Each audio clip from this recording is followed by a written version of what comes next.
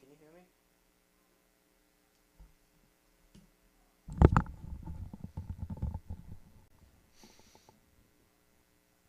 Can you hear me?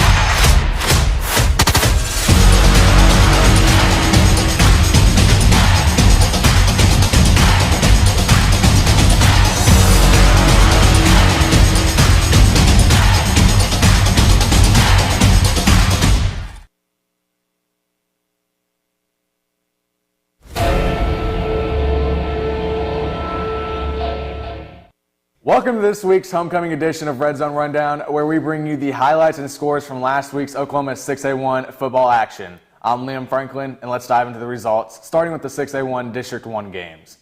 First off, we have Edmond North at Norman. Norman took control from the start, blanking Edmond North with a dominant 30-0 victory. Strong defensive effort from Norman kept Edmond North scoreless. In a much-anticipated showdown, Bixby continued their reign of dominance with a 21-7 win over Jinx. Bixby's defense proved too tough to crack as they held Jinx to just a single score. Moore edged out Mustang in a thriller, winning 21-20 and a 1-point nail-biter. Mustang came close, but Moore held on to secure the victory in a game that came down to the wire. Deer Creek put on a clinic, shutting out the Enid Plainsmen 49-0. The Antlers controlled every aspect of the game, cruising to a comfortable win. Now we're shifting over to 6A1 District 2 action. Owasso took care of business against Broken Arrow, winning 49-21. Owasso's explosive offense was on full display as they powered their way to victory. Edmond Memorial bounced back with a strong 21-6 win over Norman North. Memorial's defense came up big, stifling Norman North's offense and sealing the win. Union extended their winning ways, defeating Edmond Santa Fe 26-14. Union controlled the game, keeping Santa Fe at bay with a balanced attack. Westmore secured a 31-21 victory over UConn. The Jaguars were able to make key plays down the stretch to walk away with the win.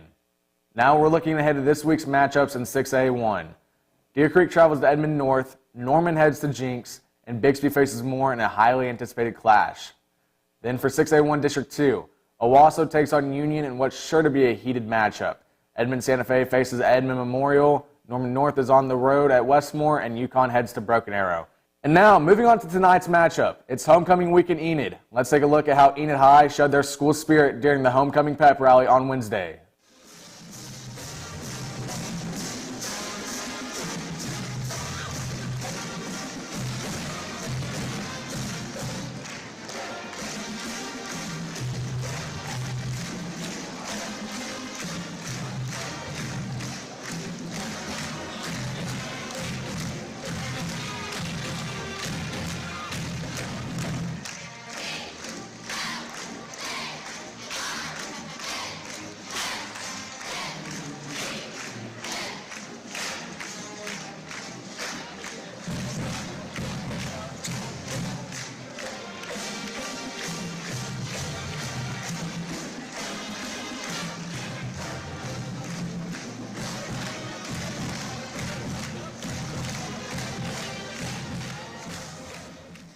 Well, ladies and gentlemen, what an incredible atmosphere at the competition gymnasium. That will wrap up this week's Red Zone Rundown. Next up, it's Enid versus Mustang in the homecoming matchup. We're sending it over to our EPS TV crew at Selby Stadium now. I'm Liam Franklin, and we'll see you next week. Go Big Blue!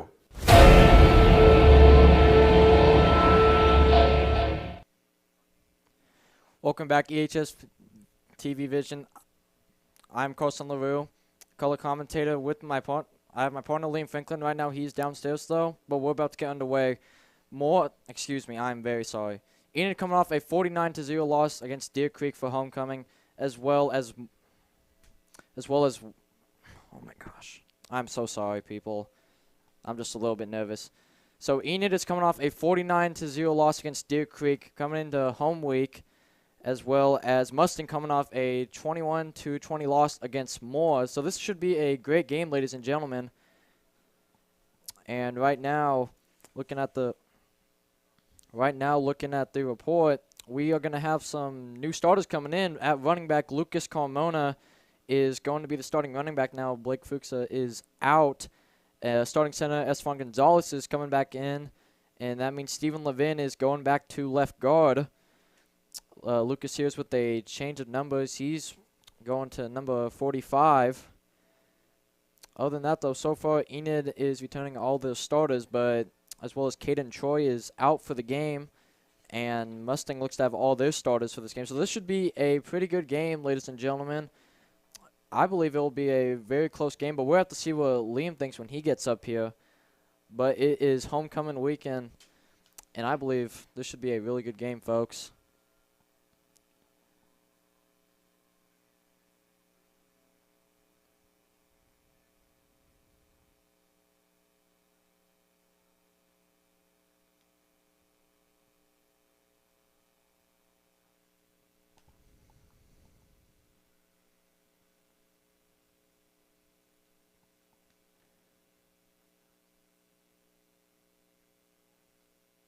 we have some of the football players down there for homecoming team. We have number 2, Zaire Allen, number 9, Blake Bierschmidt, number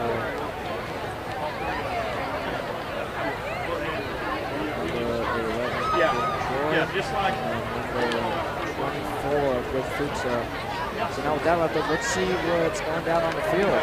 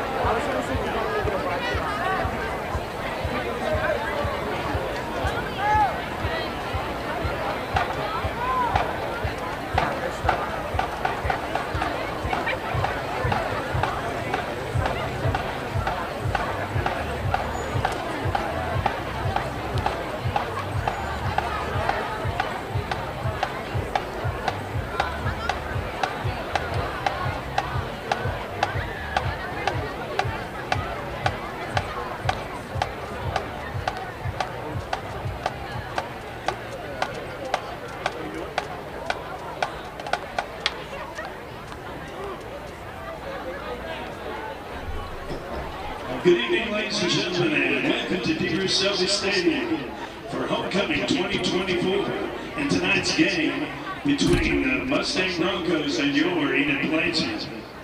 Tonight's game is being sponsored by Tommy's Car Wash. Tommy's Express Car Wash, where you come out clean, shiny, and dry. This evening, before we honor our homecoming court, we'd like to take a moment and highlight many of our organizations and extracurricular activities at the high school by recognizing seniors who have been committed to their respective groups during their tenure at Enid High School. These students have served our school with distinction and will now be called out onto the field as members of our Blue Corps. For the Enid High School swim team, Khalil Cooper and Layla Nguyen.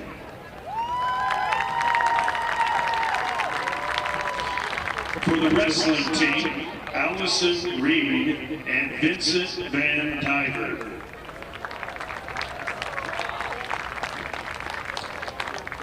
For the cheer team, Vanessa Rhea.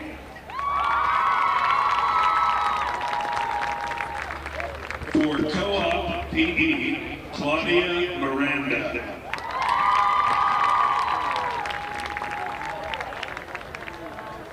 For the pom team, Haley Rutherford. For the volleyball team, Addison Pileski.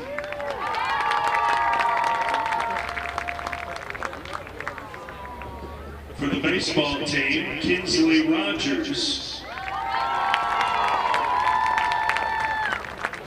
For the aviation program, Emma Alsbach and Mason Meadows. For the softball team, Alaya Decker and Julie Starsman. For the Islander Club, Bianca Isaiah and Canson Jibois. For the athletic trainer program, Marassi Papa. For National Honor Society, Haley Bray. For the Fellowship of Christian Athletes, Caitlin Honigsberg and Chris Aguilar.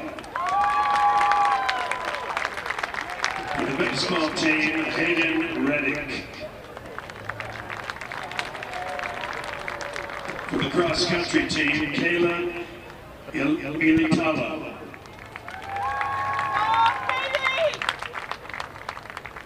For the ROTC program, Ichioma Aruche and Tristan Wilson.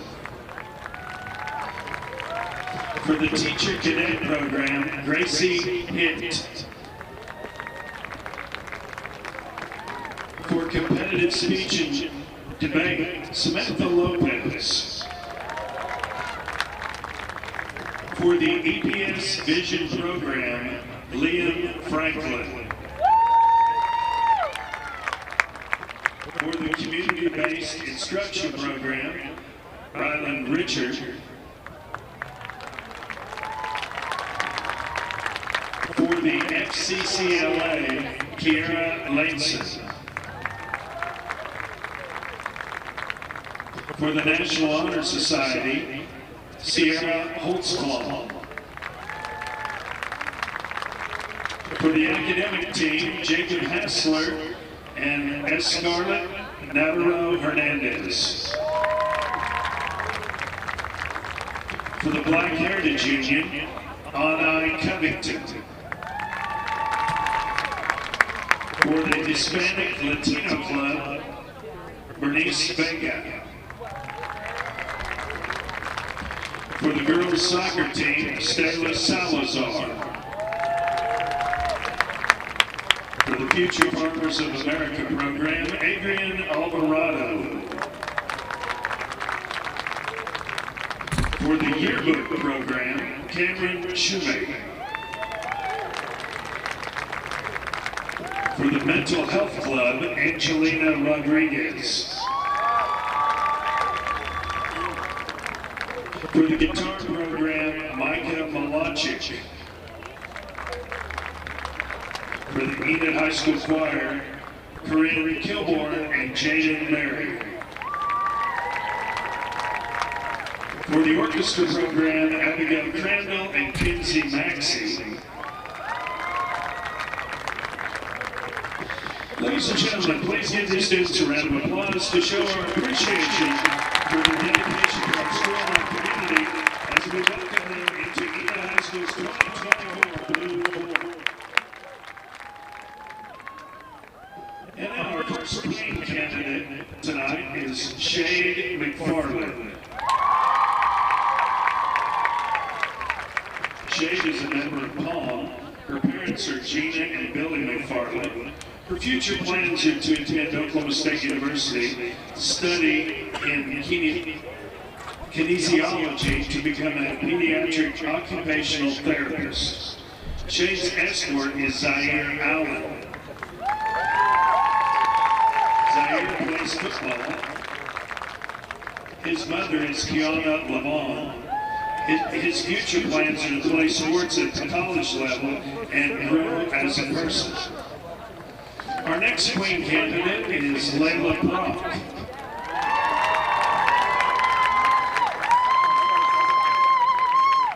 Layla is also on the Palm squad, and her parents are Katie and Dustin Brock.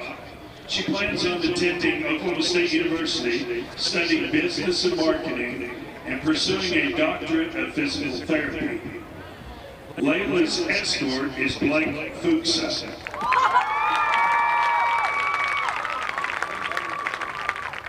Blake is a member of the football team, and his parents are Keith Fuchsa and Kim Fuchsa, and he plans on attending college in hopes for a possible doctorate's degree in chemical engineering.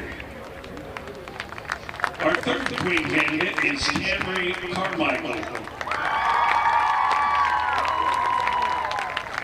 Camry is a member of the Palm squad. Her parents are Nancy and Dustin Carmichael. Her future plans are going to college to get a degree in business and continue dancing. Camry's escort this evening is Caden Troy.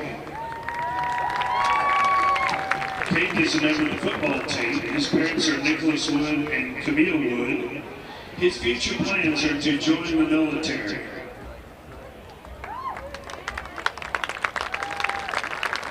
And our final queen candidate is Maya Smart.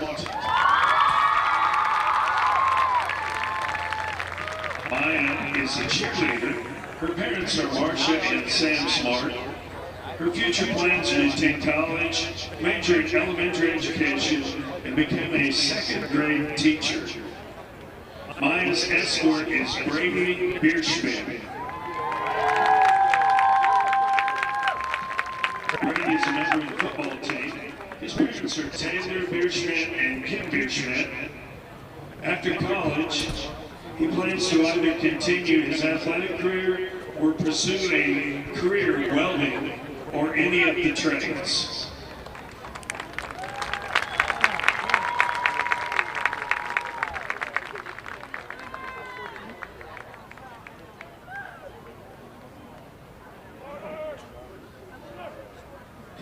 And now, ladies and gentlemen, our 2024 Enid High School homecoming king and queen are, queen is Camry Carmichael, and our king is Blake Fuchsa.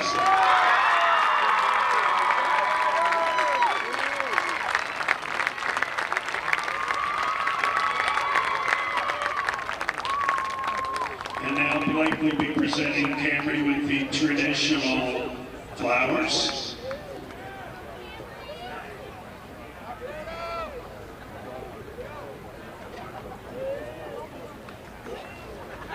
And the traditional sweater.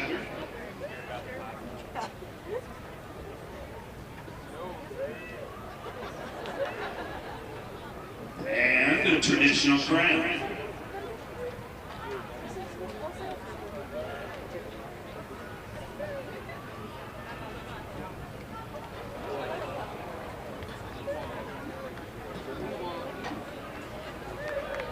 And finally, the traditional kiss. All right, let's get a big round of applause for Henry Copeland, 2024 Homecoming King and Queen.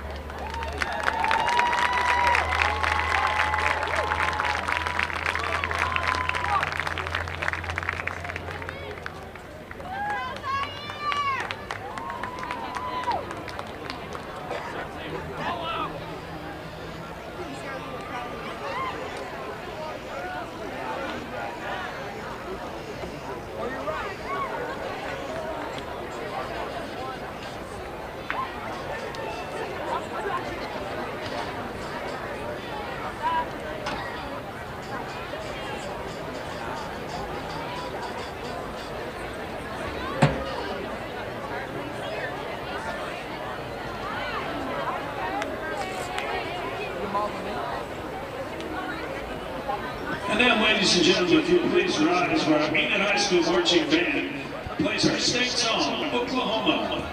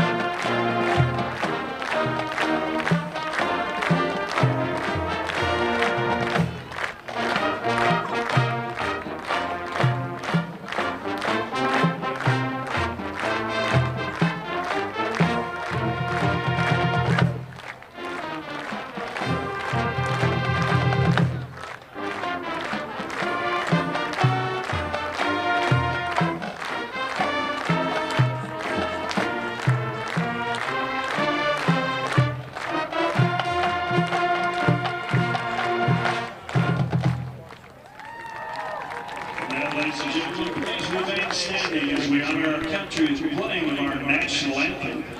The colors tonight will be presented by the Enid High School Junior ROTC.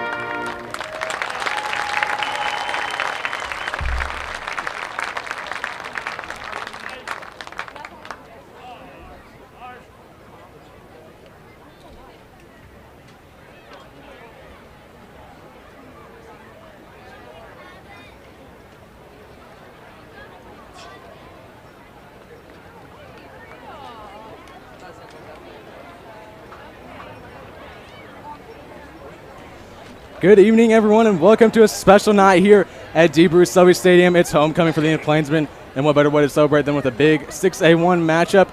I'm Liam Berg alongside my partner Carson LaRue, and we got an exciting showdown between the 2-2 Enid Plainsmen and the 3-1 Mustang Broncos. That's right, Liam. Homecoming games always bring a little extra electricity, and tonight's atmosphere is buzzing. Enid is looking back in a big way. Excuse me, fight song is on.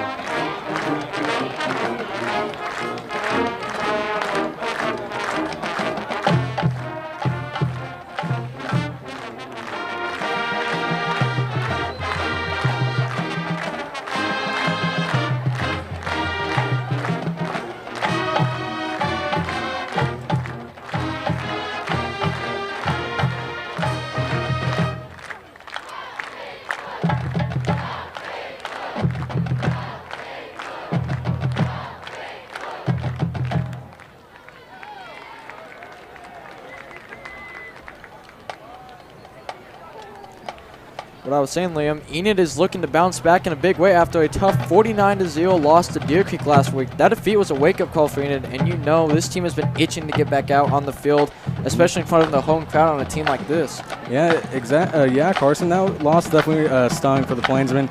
Deer Creek came out strong, and Enid just couldn't find a rhythm. But tonight is a new opportunity, a fresh start. With a 2-2 record, the Plainsmen are still very much in the mix. And what better way to turn things around than on homecoming night? You knew the home crowd will be behind them in every step of the way. Exactly, Liam. But Enid's going to have their hands full tonight. Mustang comes in at 3-1, and they're coming off a tough loss of their own. A 21-20 nail-biter against Moore. Last week, that game went down to the wire, and Moore just couldn't pull it off. Excuse me, Mustang couldn't pull it off.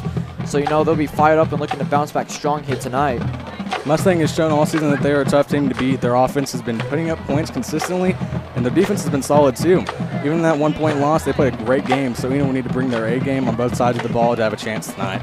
No doubt, Liam, but let's not forget, this is homecoming. It's a special night for the Enid community, and that can bring out the best in a team. The Plainsmen have playmakers who've shown flashes of brilliance throughout the season, and if they can tap into that tonight, we can see them put up a fight against a very strong Mustang team.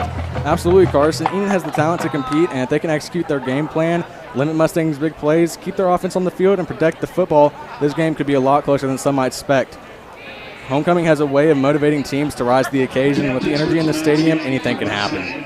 That's what makes these games so exciting, Liam. Both teams have something to prove tonight. For Mustang, it's about bouncing back and staying on track after that tough loss last week. For Enid, it's about redemption, getting back on that win column and showing everyone that last week's loss is behind them. With a 2-2 record, they still control their own destiny in this 6A1 race. So here we are, two teams looking for redemption in their own ways, Liam, and one special homecoming crowd ready to cheer for their Plainsmen on tonight. We've got all the ingredients for a fantastic football game tonight. The players are pumped, the fans are ready, and in just a few minutes, we'll see which team rises to the occasion. We sure will, and this homecoming crowd is not just a normal homecoming crowd, it's a Western homecoming crowd tonight. Our student section came out in their Western gear tonight, so looking to cheer on their Plainsmen to victory tonight on homecoming. We had quite an eventful week this week to celebrate homecoming. And Enid will receive ball first, Mustang to first for the second half. So we're going to see the Enid offense on the field to start the game. Team captains for Enid, number 5, Tyson Kennedy, number 2, Zaire Allen, and number 10, Drayden Russell. So this should be an interesting game, Liam. You know, you lose 49-0. That's a tough loss, man. You got to come back from that. But that's behind them now. You know, Coach Conda, he's going to want to push them. Oh, yeah, definitely, and you can think they fixed some of those issues in practice this week. There was a lot of things they can work off of on, like from Deer Creek. Deer Creek, a very tough team. Their quarterback at Georgia Tech commit, as I've mentioned plenty of times. So they struggled that night. The defense was just keeping Aiden Robinson down. and didn't give him much of a chance to throw, which ultimately caused these 0 points scored. And the defense also is what caused Blake Fuchs' injury here tonight. He's out for right now. He's out for the season.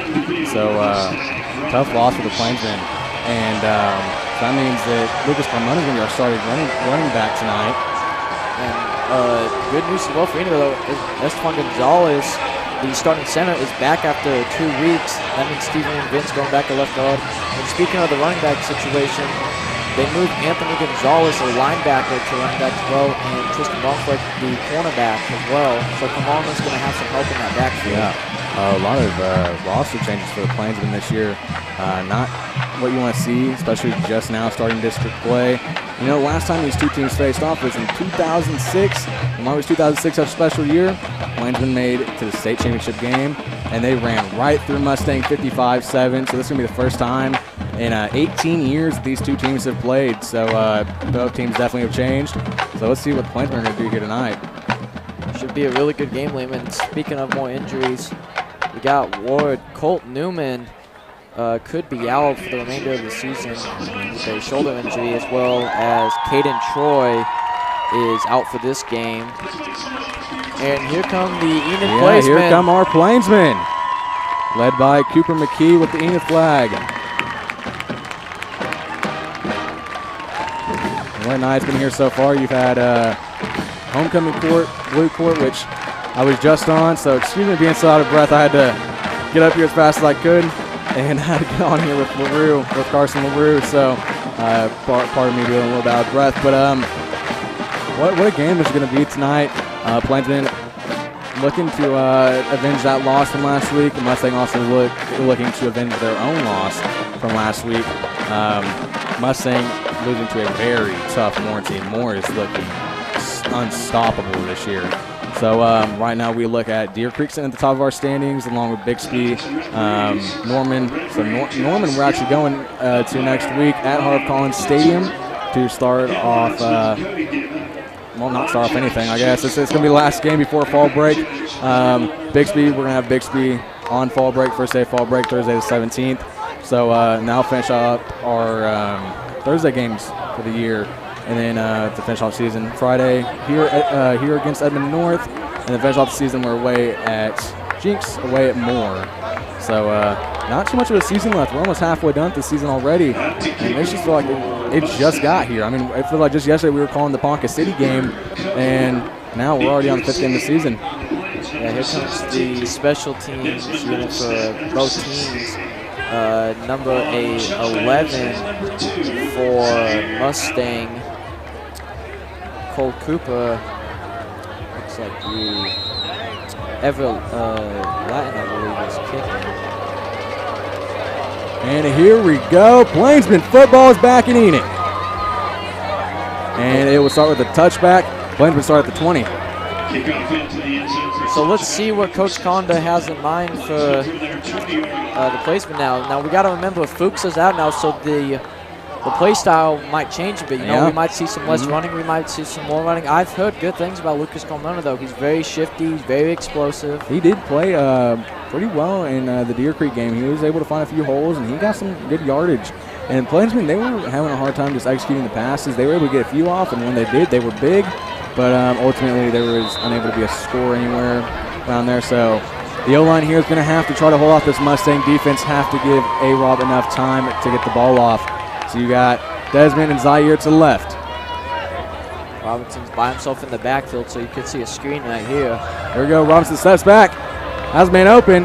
Got him. And he's going to get a big gain. Gain of about 7 on the play. Almost a first down. Good start right there for Enid. Definitely what they need. A 8-yard gain for Desmond Middleset, who has been quietly a good player this year so far. My apologies. That was Zaire and Keon to the left. Got the numbers wrong. So now you got TK and Zaire to the left and TK to the right. We got Carmona behind Robinson. Robinson now hands off to Carmona, and Carmona's might just get stopped short of the first. I think it's going to be close. I think it's going to be a 3rd and 1 or 3rd and inches. We'll see what the refs mark it. tackled by number 9. And it's going to be a Plainsman first down, their first of the night. Good start right there. Carmona comes out, as well as Blayton Parks, the tight end. Excuse me, the halfback. So Robinson by himself. He's got 3 to the right, 2 to the left. Trips to the right. And Robinson steps back again, looking for a man, and incomplete. Too short on that one. Robinson was looking for a flag right there. He believes he got hit late. So Robinson, It's kind of a blessing in disguise that one fell short because it looked like it was going straight for Mustang. Oh, yeah. That's something else Robinson has to be careful with. He didn't have too many issues with it to begin the season, but now he's starting to throw a few more picks than he usually does. Well, you know, every QB struggles, and you know, even the great QBs like Tom Brady have games that they've struggled. Yeah. We've seen guys like, you know, Tom Brady threw 5 picks in a game once. Yeah. So he's got Carmona to his left, 3 to his left as well, and 1 to his Robinson right. steps back, and he got TK. He broke off 1 tackle and called out a gain of about 2 yards. Gain about 2 on the play, brings up second down. Bring up third down.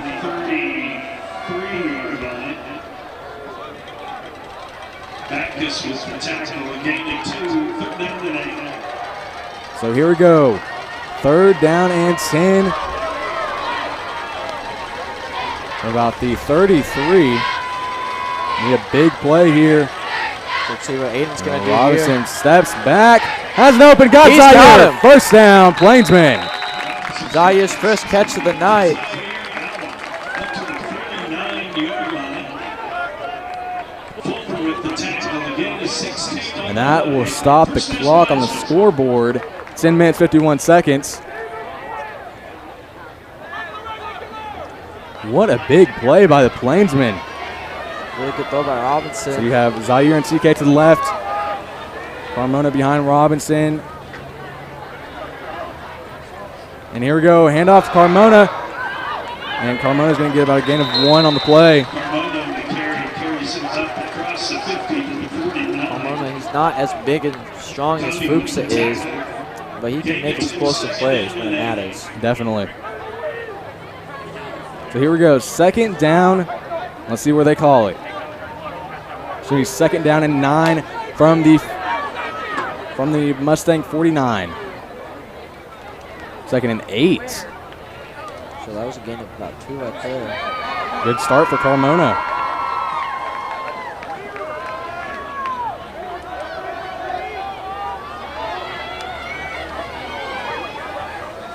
And Robinson steps back.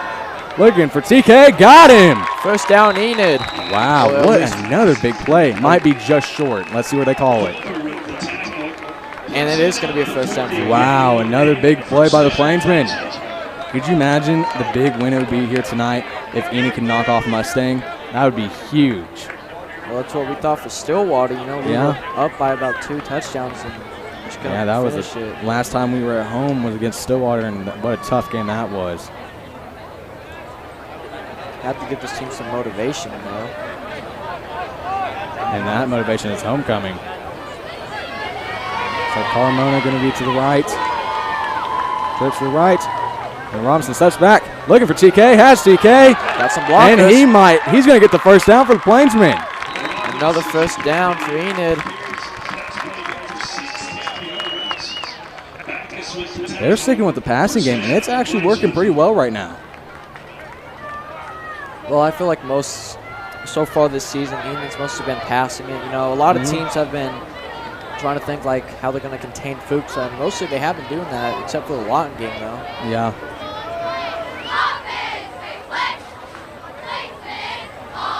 So here we go. TK Zaire to the left. We got Carmona behind Robinson, and looks like Desmond to the right.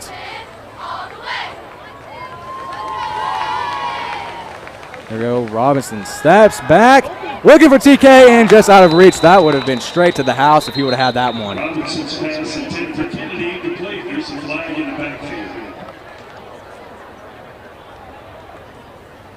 And it looks like there's a flag on the play.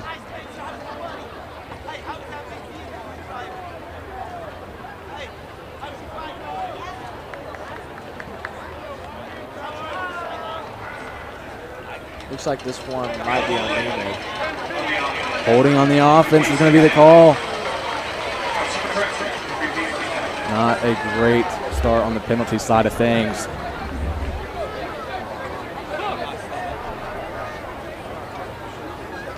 So Robinson has Carmona to his left, as well as TK, Keon, Zaire, and Milsa out to his right. So we got 4 wideouts. Let's see what he's going to do here. And Robinson steps back. Fakes it. He might have an opening, and too short. He had Zaire open on the left. Zaire was wide open, Yeah. so now it's going to be 2nd and 20. So here we go. 2nd down and 20 from the 34.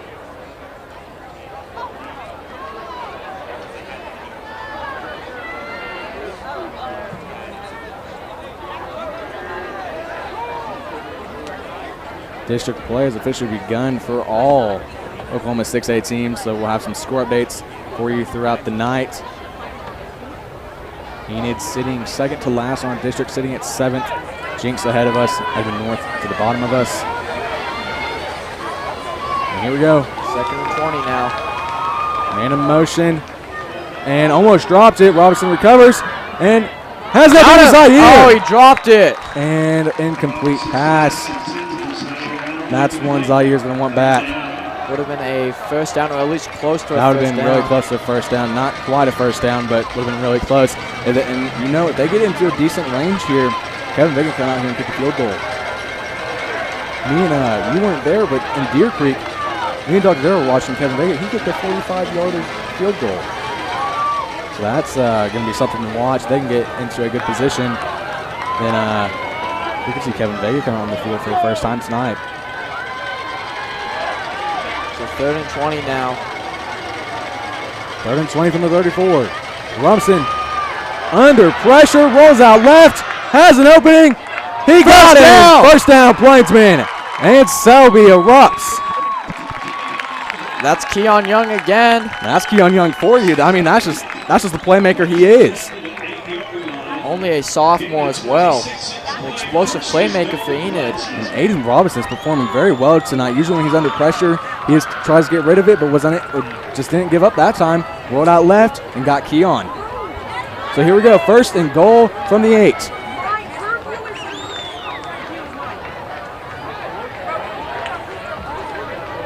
Zaire to the left, trips to the right. TK, Keon, and Desmond. Should be a really good start for Enid. If they can get on the board. Even if it's only 3, you still get points against a very tough Mustang defense. And read option. That's going to be a fake. And he got a little bit of a gain there. Kind of just dove down. Be 2nd and goal. Looked like he tripped a bit, but did get about 3 yards. So that puts the ball at about the 6-yard line. So gain of 2. Brings up 2nd and goal.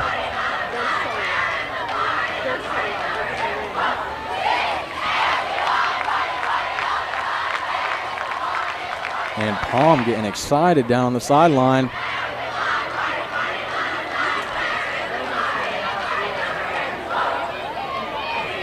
Here we go. 2nd and goal from the 6. Light to the left. And Robinson. He broke off one tackle, breaks another, and there comes a flag. Kind of confused what happened there. I couldn't see. I lost where the ball went, so that's why I kind of froze for a second. I thought that was going to be picked off for a second, but TK was able to break a tackle. Well, let's see what the refs are going to say here.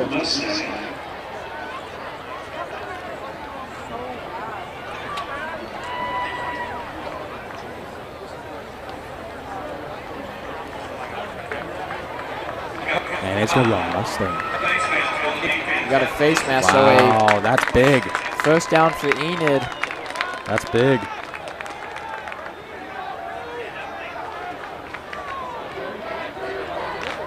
So this is 2nd and goal. And it looks like about the 2 or the 3, bringing in Blaine Parks.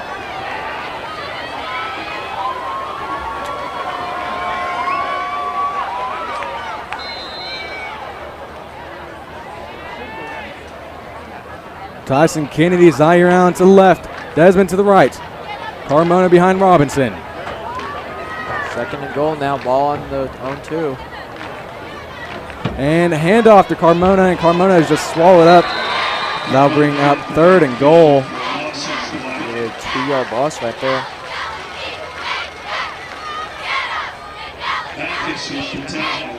Brings up the goal from the 6.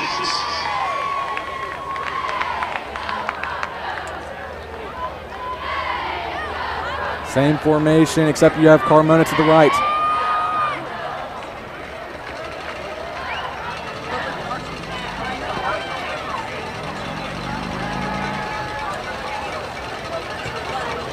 The Enid sideline, waiting in anticipation. Timeout, Plainsmen. You see this happen usually. Timeout, Plainsmen. Yeah, you see this happen usually, and usually happens about first quarter, about midway through the first quarter, about on time. Condor to see something he doesn't like, or they're going to run trick play. You know, I like to say Condor's the most unique coach in 6A football, and he proves it almost every week. You know, they could try to do the formation they usually do with Tyson. You know, you put 3 tight ends up there. Yeah, definitely could. Yeah, even that one where Tyson Kennedy comes in at quarterback. So maybe you can see that one too. 3rd and goal from the 6. You never know with Condor though. Yeah, never know. Our big blue band getting rowdy. They went to Tri-State Tuesday night, or well, Tri-State was here at Selby, but they had Tri-State competition and they got 1s and also made the finals of a contest the previous weekend. You know, one of our members in EPS Vision actually in band as well, Morgan Smith. So a huge shout out to the Big Blue Band and all they do for our athletics. So here we go, trips to the left. That's Desmond Millset to the right. Zaire, Keon, and TK to the left. And Robinson steps back, 3rd down. Has an opening with TK and overthrown. And Condor is not happy. TK is asking for a flag, and I thought I saw some holding right there by Mustang. Yeah. But let's see what Enid's going to do. They're going to go for it. You know how Condor is on 4th down, but it's 4th and goal from the 6. Keon's coming back and they're staying out there. It's going to be, they're going to do it. Here comes the freshman, Cash Mathis, though, replacing Colt Newman. One of his first starts of the season. Mustang having a hard time coordinating. So here we go. Trick play. 5 seconds on the game clock. They gotta snap this. They gotta snap this. And here we go. Robinson rolls out right. Has an opening. He's got a man. And he dropped it. Had it right in his hand, but Cash just couldn't hang on to it. And that is just a little bit of the jitters for Cash Mathis. That's a tough 4th down. That would have been wide open straight to the house. So that's a tough drop for the Plainsmen. But a great drive overall. Didn't end the way they wanted it to, but that's just what Condor does. He goes for 4th down. He doesn't. You know, this offense has to stay calm, though. That was a good drive. Even if you didn't get the outcome you wanted, it's still a good drive. So the defense has come up strong here. Mustang deep in their own territory. And it's going to be a QB run. And gain about 6 on the play. Brings up 2nd down.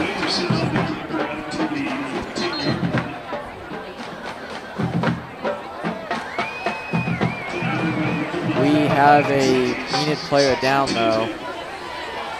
Looks to be Jesse, the starting cornerback for Enid, one of the anchors on this defense.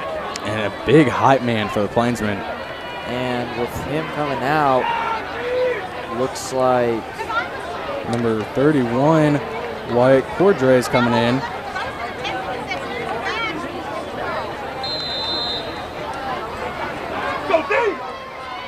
Another there we QB go. Sneak right here. And he got the 1st down. 1st down for Mustang. Tackled by number 40, Belial. 1st and 10.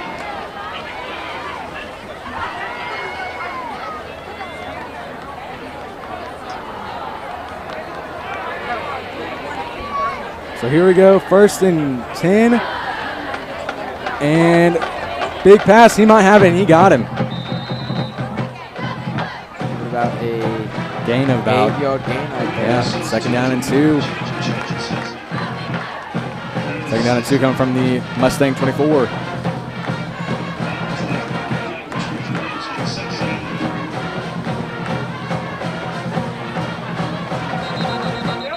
And it's going to be a flag on the play. Mustang player number 9, Ethan Baer, not happy about that one.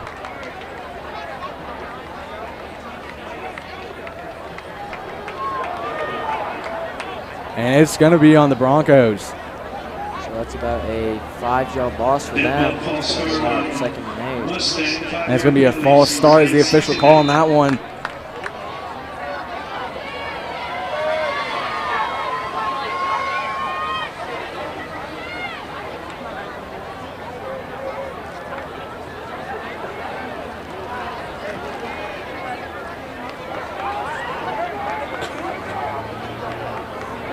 So here we go. Second down and 10. Handoff. Runs to the left, and they're going to get him down after about a gain of about 5 on the play. So it's going to be a 3rd down now. We have a 3rd and 3. Enid's defense has a chance to hold off this Mustang offense and get back out on this field. Number 54, Plainsmen.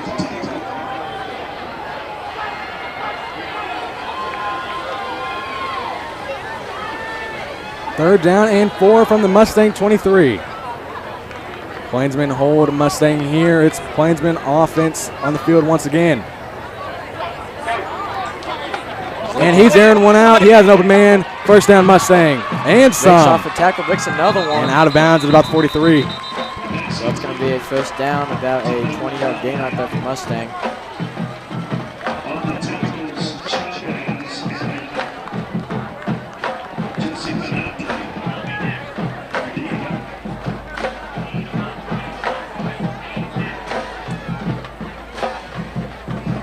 Refs are discussing something.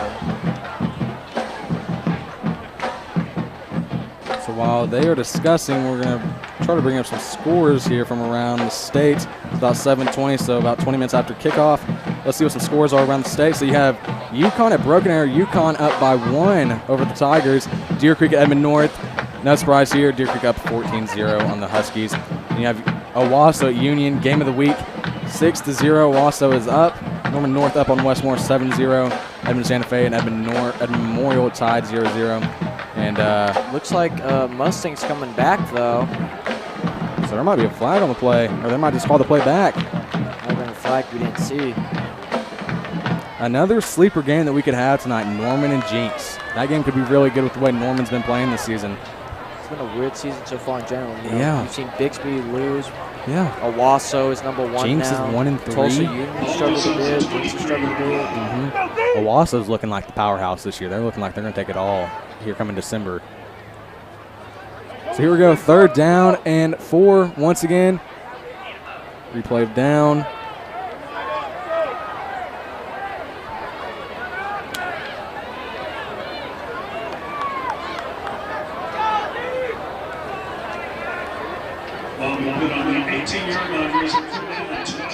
So ball, actually it's a 5-yard loss. 3rd down and 9. Got a man in motion. If Enid can hold him here, this might be the blessing they need. And got an open man. Can they tackle him? And they do. Get him out of bounds, so it's going to be about a 4th and 6 now. We're going to pump this away. And it's going to be Enid offense back on the field. The defense was able to come up big. Big blue band celebrating that one. So here we go.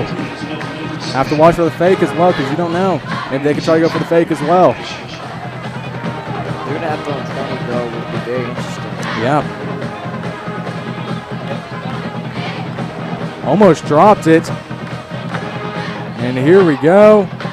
That one's going to be out of bounds at about the 44. So the Enid 44. Enid in great starting position on this drive. Last drive they started about the 20, so about 24 more yards further than they were last time. So let's see if Enid can pull some Plainsmen magic out like they did just the last drive they had. Coach here is definitely happy with this defense. Only gave up about 2 first downs right there.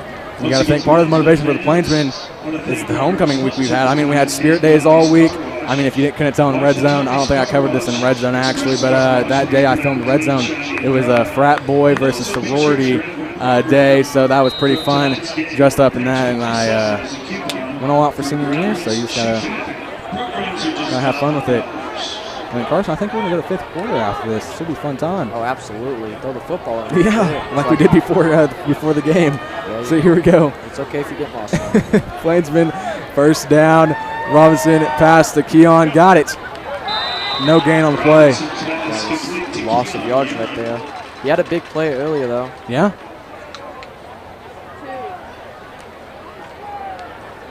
That's going to be a loss of 1 on the play. Brings up 2nd and 11 from the Plainsmen 44.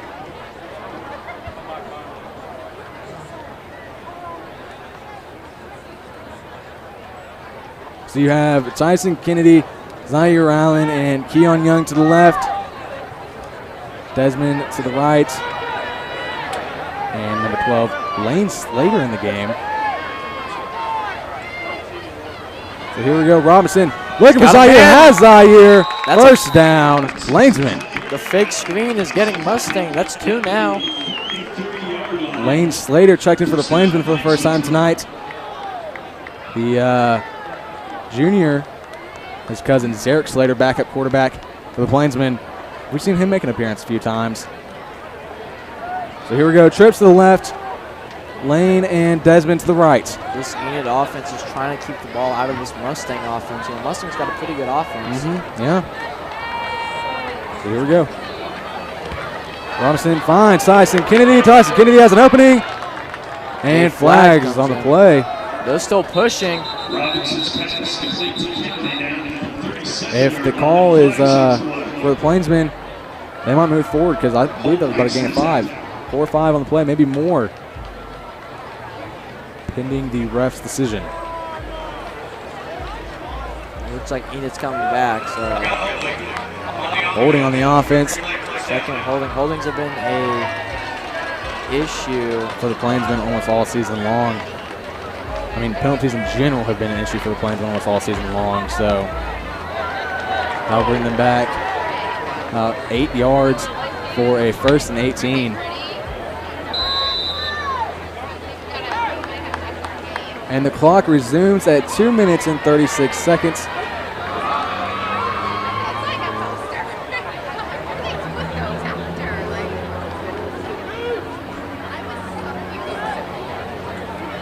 The clock down to 17 now. Trips to the right this time. Zaire and Lane to the left. And Robinson steps back. Throws it over. And almost had Zaire. Another incomplete pass. Barely overthrown. Looks like that one, though, was intended for Lane, though. Yeah. My point of view is not always the greatest here up in this press box. And Debrus getting loud. Let's go Enid chants flowing through the stadium. 2nd and 18 now. Lane behind Zaire.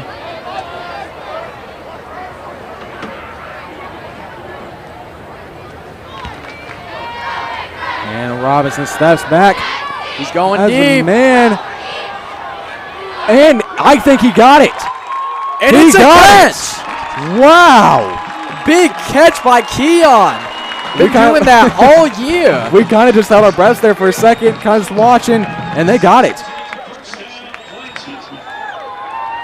Keon Young, a star player for this Plainsman offense, and he's going to be a star player here coming after high school. For the next 2 years, he's still got 2 more years for Enid. And that's a good plus for the Plainsmen, especially losing a lot of key players next year, such as Aiden Robinson. And then you also have Zaire Allen losing, and Blake Fuchs as Blake Fuchs as well.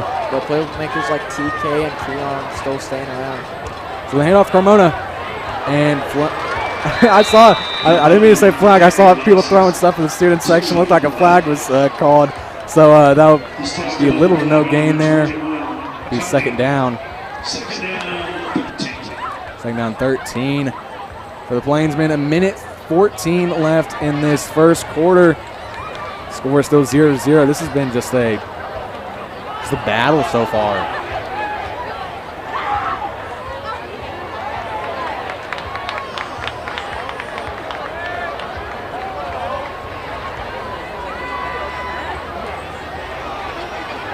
Here we go, 2nd and 13. Robinson steps back, looking for Zaire. He got him. And Mustang just jumps on him. Zaire Allen down to the 15. He's tackled by number 28, Bacchus. So it's going to be a gain of 5 on the play for the Plainsmen, bringing up 3rd down and 8 from their own 15, or from the Mustang 15.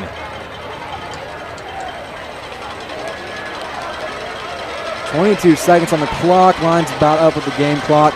Let's see if they're going to let this one run down, if they're going to go for it. 3rd down and 8 from the 15. And it's getting hyped now. Robinson steps back under pressure and just absolutely drilled And that's going by to, Mustang. And they're going to call that dead. Robinson taking a little knee. That was a big shot. So it's going to bring up 4th and 8 with 7 seconds left. So maybe turn to Kevin Vega on this one.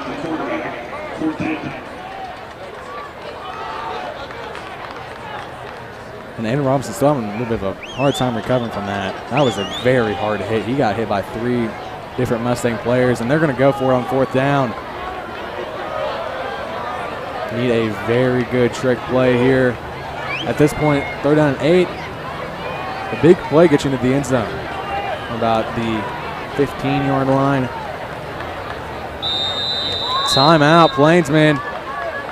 Plainsmen used their 2nd one of the half in the 1st quarter. Plainsmen kind of throws off Mustang like that when you use 2 of the timeouts in the 1st quarter. That leaves you with 1, which puts you in a bad scenario if you have the ball in the 2nd quarter and you're looking to save some time and score. Not good. Also, we have the class of 2004. some more updates. Owasso up 13-0 over Union. Ponca City and Putnam North are tied. No other scores yet. A good game. Moore and Bixby could be a really good game. Yeah. Right now they are scoreless. Aiden Robinson coming off the field. They're going to go with Kevin Vega. Let's see if he can nail this. So let's see. This is from the 27, so call that a 37-yarder coming up. Might be his longest of the season.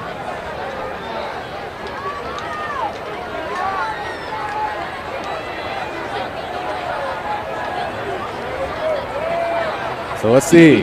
For the Plainsmen to get on the board first. Vega from about 37 yards away. Here we go. And that's right down the middle. Wow, what a kick by Kevin Vega. Plainsmen are on the board first against the Mustang Broncos with 1 second left in the first quarter. You know, the defense has done well so far. The offense, they just got to figure out how to finish it, but they've been driving down the field, so you can't complain too much. Yeah, they've been getting close. It's only a matter of time before they punch one in. So Mustang will get the ball to start the second quarter. Well, there's about 1 second left on the clock. So Mustang going to get the chance to get one play off, and then they'll have the ball to start the second quarter. So what a game this has been so far. It's been kind of a defensive battle. Defense, Enid's defense has been holding Mustang. Mustang's defense holding Enid. So, and that last hit on Ada Robinson was big for the Mustang defense. And they are going to, Plainsmen are going to kick this one away. 1 second left in the first quarter. So this should run out the time.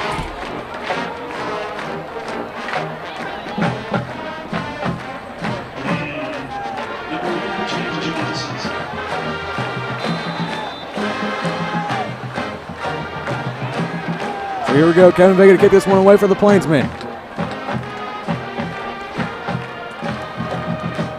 Also, shout out to my teammate Caleb Wheeling-Talla when he was down there. Known the guy for about 3 years now. Yeah. That one is out of bounds again. That's going to be a flag now. You know, Enid's been trying to do that. Usually Kevin gets it, but you know sometimes it's hard to kick though. Yeah, it is. So 1 second left before the first quarter ends. But huge shout out to Kevin Vega. That was a 37-yarder he just drilled. huge for the Plainsmen.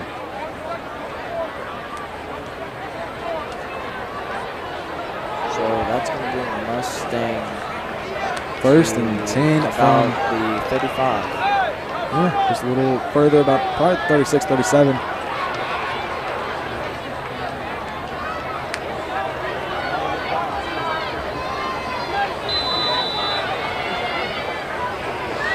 Most have been running the ball.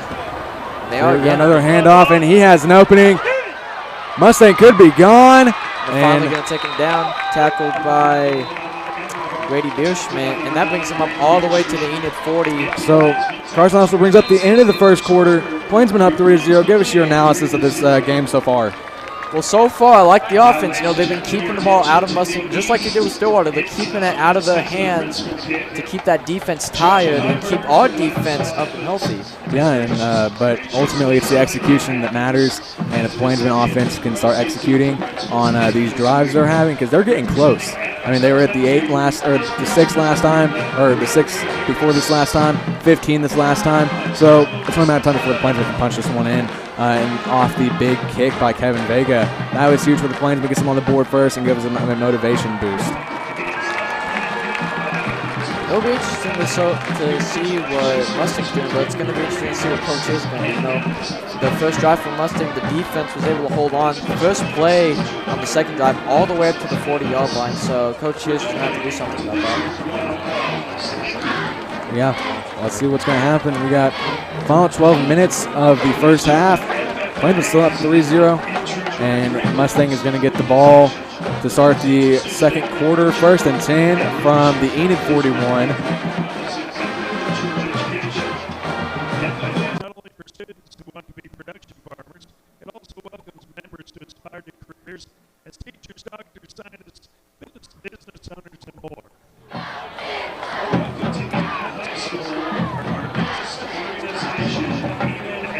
So here we go. Start of the second quarter. Sides are switched. And another handoff to the running back. And he has some room. He's going to get taken down after a big gain down at about the 23.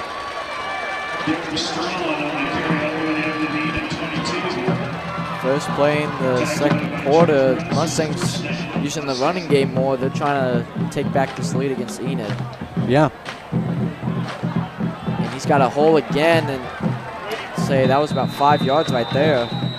They need to watch their running back because that's what caused Enid's issues on defense against Stillwater when they started letting Mason Schubert get loose and letting the running back get loose as well. Trips to the left for Mustang, one to the right. And has a pass, has a man, and will. Breaking free. Now he's going to be tackled by Drayden. Looks like they might call the first down, and they're going to. It's going to be a first. Well, it's going to be 3rd down, Mustang. Looked like it was close to the first down. So a 3rd and 2 now on Enid's 14. Got to try to hold them here.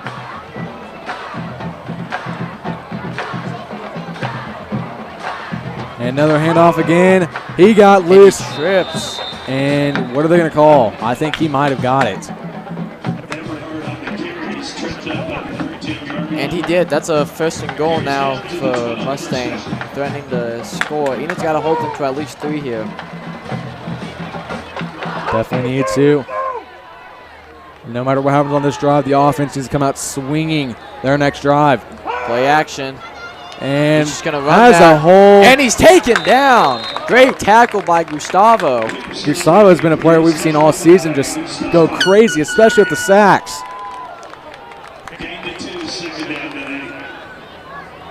So it's going to be a 2nd and 9 now on Enid. It's 11. Pretty much 2nd and goal.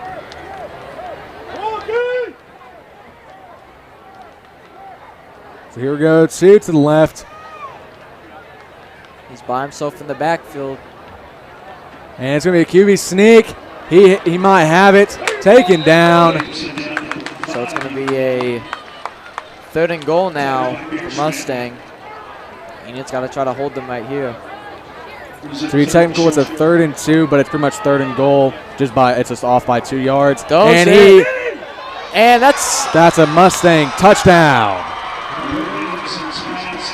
Mustang scores the first touchdown of the game, so it is now 6-3. And they almost had him down out of the end zone and then got off of him, and Mustang scores.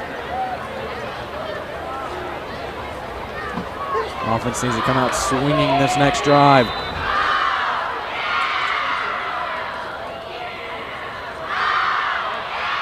And they do a fake, and they get it. So it's going to be 3-8. Trick play by Mustang goes well. The Plainsmen special teams comes out first. The Plainsmen offense will be back on the field. Let's see what the Plainsmen offense can do. Led by Aiden Robinson. Let's see what they can do next. See if they can counter that touchdown by the Broncos.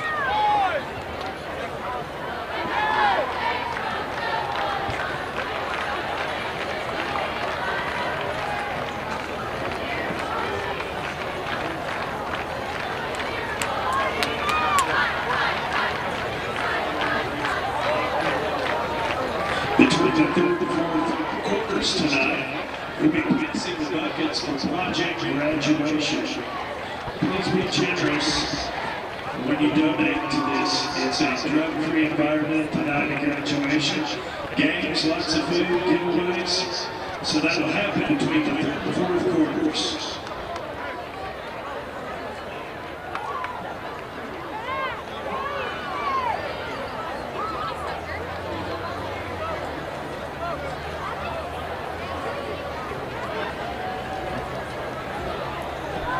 So some more scores now, also 19-0. Other than that, still 0-0 in every other game. Really impressive by Moore so far. Imagine if they would have beat Bixby. If they can beat Bixby, can you imagine? Here we go, Mustang kicks this one off. Yeah, we're going to let that one go in the end zone. So it will start as a Plainsman 1st down and 10 from their own 20. Got to see what Coach Condon's going to do here. You know, the offense has been explosive so far, getting some big plays from Zaire and Keon. I mean, they've had realistically, they've had successful drives. Even though they haven't came out with scores, they've still been successful in the way they're getting down the field. Last time they were able to capitalize by getting Kevin Vega to come on the field. He kicked a 37-yarder, and correct me if I'm wrong, but that should be his personal best. So, well, no, you remember that 4th and 25 miracle? The 4th and 25 miracle, that was a big one as well. For those of you that don't know what we're talking about, it was Ponca City. They had Aiden Robinson go for it on 4th down and 25, and they were on almost their own side of the field, and they got it. So here we go, Plainsman 1st down and 10 from their own 20. And hand off to Carmona. Or no, fake.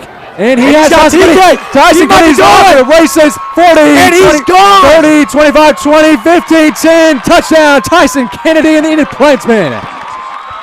Enid retakes the lead. First play. Wow, what a play by number 5, Tyson Kennedy, the star player for the Plainsmen. That got Mustang to be quiet real fast. And they've already taken the lead back. Pending the extra points. Well, you might see them go for a fake too, take the 3-point lead. I think this is going to be a very back and forth game, Carson. We could see an offensive showdown. Yeah, we really could. TK, he's been explosive all years. Not many teams have been able to contain him. He is close to breaking the interception record. If not, he's already broken it. I haven't had a chance to talk to Coach Condor or anyone about it, but he might be close, if not already has broken it. Here comes the extra Vega points. Out to kick it. 1-for-1 on field goals. And that's good. That is good. Enid retakes the lead on the first play of the third drive. Wow. Plainsmen are firing on all cylinders tonight. So Plainsmen are up by 2 with a scoregami going on right now, 10-8, just like we had in the Ponca City game as well. So I believe that score was 15-10 at halftime. So that was scoregami at its finest. So ladies and gentlemen, Plainsmen are up by 2. Coach Liddell, Mr. Liddell's doing some push-ups right there. Huge shout out to Mr. Liddell. I don't think we got that on air, but technically right. He was coach of soccer for a while. Now our head principal. Great guy. I could never say a negative thing about Mr. Liddell, especially with our whole administration as well. Mr. Molinax, Mr. Fitzgerald, Mrs. Bro, Mrs. Goulart. All good principals. And Mr. Procopis. Keep forgetting about him. Can't forget about Mr. Procopis. If you don't know, he was our EPS vision teacher last year. He was the main vision. And then the main reason I joined. Yeah, fun fact, from my 6th grade year to my 9th grade year, he was my orchestra teacher as well. And then there was a hiatus here in the 10th grade year, and he left. And then he came back as our EPS vision teacher's junior year. And so he's taught me about 5 different years. So huge shout out to Mr. Procopis. Love that guy. Can never say a negative thing about him. And here we go. Mustang offense is going to be back on the field. And that's going to be another flag on the special teams. They have to be careful with that because that's giving Mustang more of a better position. If that one would have landed, it would have been down deep in Mustang territory.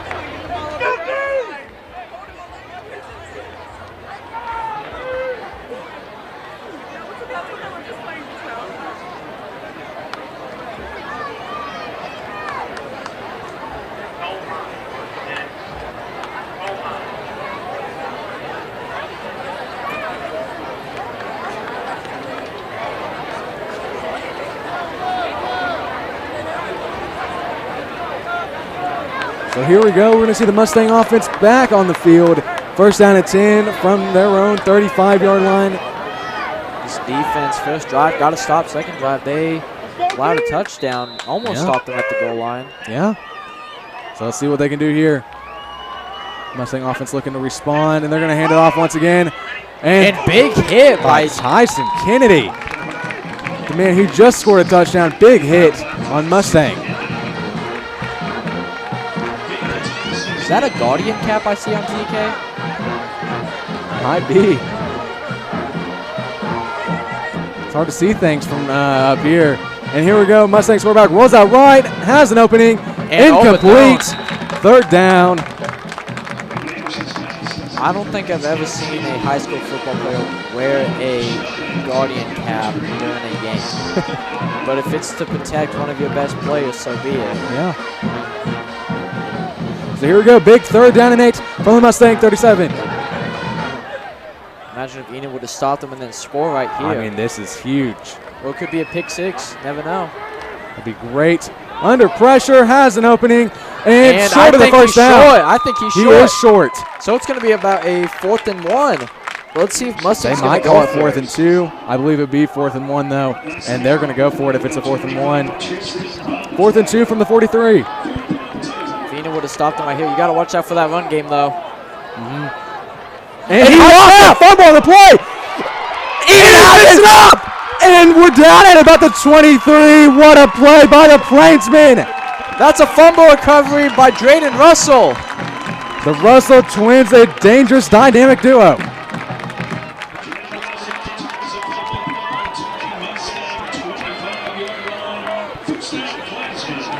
That was almost a scoop and score there for a second.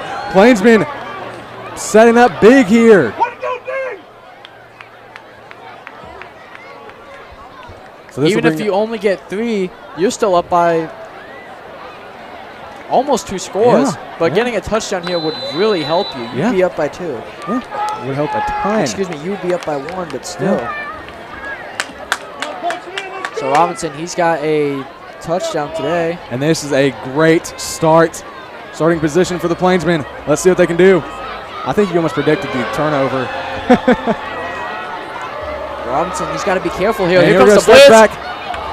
Great and protection, and that is going to be a catch.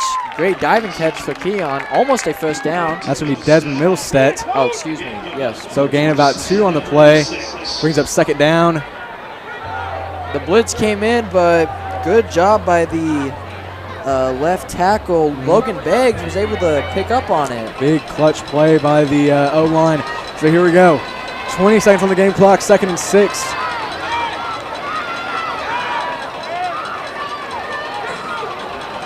Here we go, 2 to the left, 1 to the right. Pomona to his left as well. Falks to his right. And snaps back. Looking for a man, might have him, and that one's out of bounds. Would have been a catch if it was inbounds, but that'll bring up 3rd down and 6 from the 21. Still caught it. Pass was complete, but out of bounds. Brings up 3rd down. Complete to Kennedy. He was out of bounds. Brings up 3rd down, 6.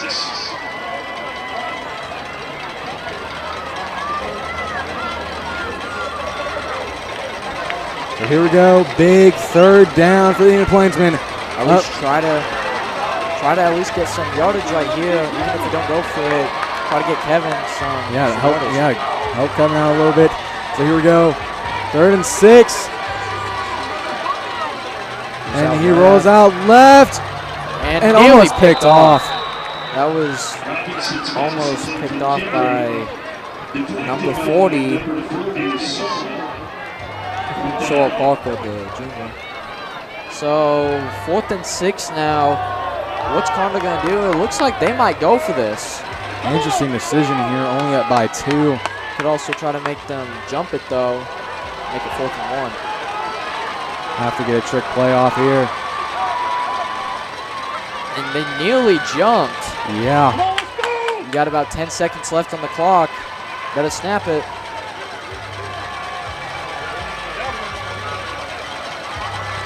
Get it off. Rolls out right. And there's a flag. It might go in Enid's favor. I think that was pass interference. I think it was too. Refs are discussing it though. So let's see what the ref's going to say here.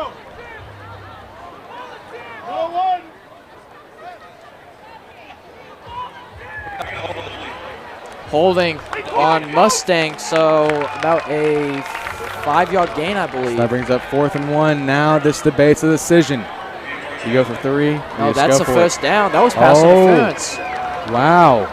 So about almost 1st and goal for Enid. They need to take advantage of this. This is the about 2nd or 3rd time they've got a chance here off of a penalty.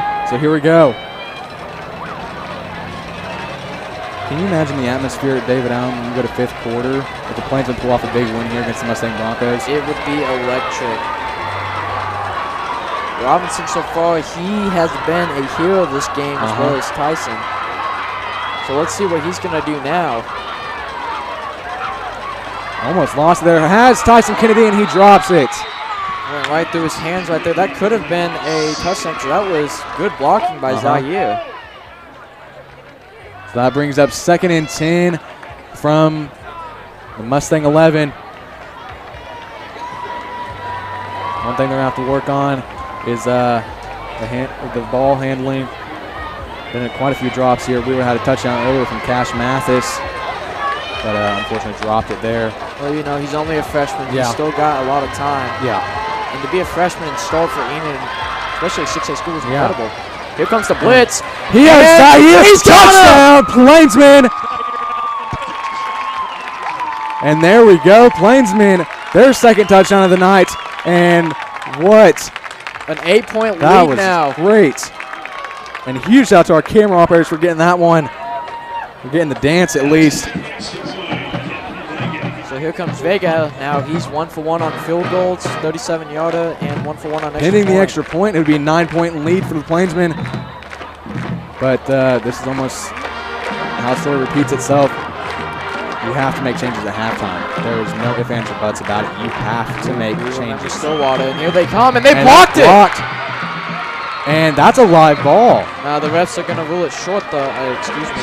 And they're just going to say incomplete kick, or that one's no good. Still, though, Enid is up now by 8 points. So huge for the Plainsmen. Playing up by a touchdown and a 2-point conversion. So by 8. 7:04. We've got ROTC doing the push-ups.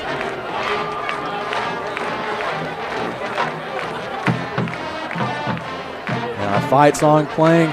Ladies and gentlemen, this is going to be an electric game here in Enid. Last time these two teams faced off, like I mentioned, 2006, when Enid last made their state championship run. That game, final score, 55-7. Enid wins. So let's see if the Plainsmen can keep the series going in their favor.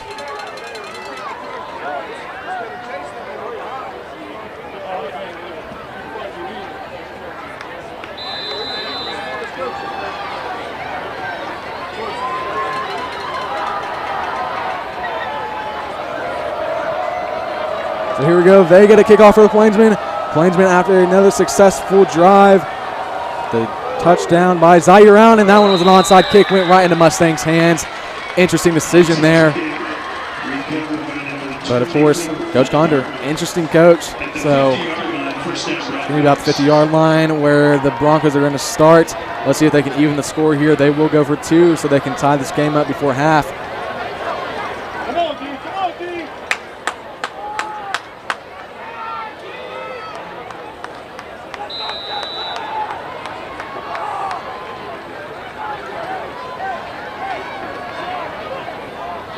Go, D. First down for Mustang. QB sneak, and they read it. Gain about 3 on the play. And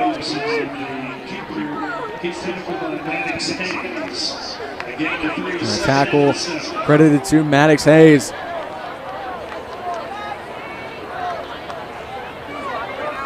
Second down and 7 from the Enid 47. And another handoff to the running back. He has an opening.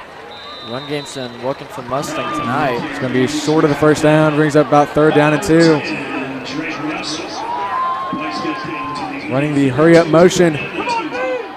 3rd down and 2 from the Enid 42. And they're going to hand it off once again. First down, Mustang. Saving tackle right there by TK.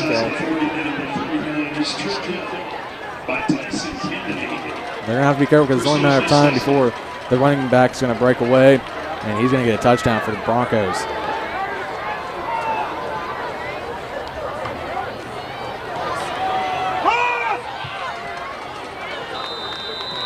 Williamson on the keeper, church up by Tyson Kennedy and Jesse Penante. Tyson Kennedy and Jesse Penante credited with the last tackle. And flag on play. Refs are going to blow this down. Might be a false start on somebody. We'll have to see what the refs decide.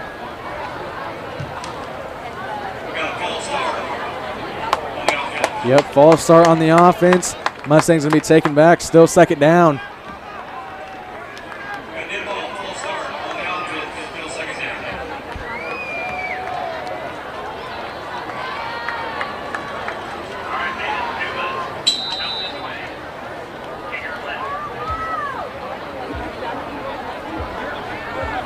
So here we go. Second down and 10 from the Enid 39. QB's sneak. No, they hand it off to the running back, and what a tackle by who else other than Gustavo Renteria. The man, the myth, the legend. Yeah, definitely. Another sack for him. That's going to be a loss of yards for the Broncos. Bring them back 6 yards to 3rd down and 16. You don't know how pumped up I am. I know last time, though, same situation, Stillwater, but I believe this team has learned from that, and they can't get too cocky. And you know Coach Condor has too. So he's looking, has some time. He's trying to look deep, bumps into his own guy, and he's sacked. But here comes the flag, though. And I believe he was sacked by Jarrett Russell. But so let's see what the flag's going to be. Sack made by number 54.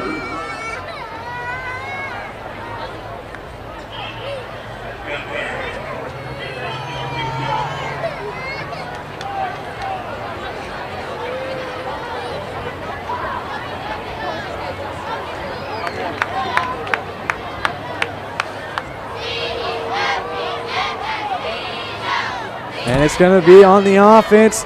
Penalty is declined. 4th down. We're going to see some Enid offense on the field before the end of the half. I do love me some Enid offense now. Especially tonight. What better way for Carson LaRue to make his commentary return than for us to be up by 8 points with 5 minutes left in the half? I'm telling you, it's me, man. Carson LaRue's the good luck charm. I bring the hype. I bring the energy. But you bring the brains. So here we go. And that's going to go out about the 12. So that's a good punt right there. Yeah, great punt for the Broncos. Not good for the Enid offense, however. But we've seen them come out of way worse situations. Last time they were down by this area, we all saw what happened. It was touchdown Tyson Kennedy and the Plainsmen.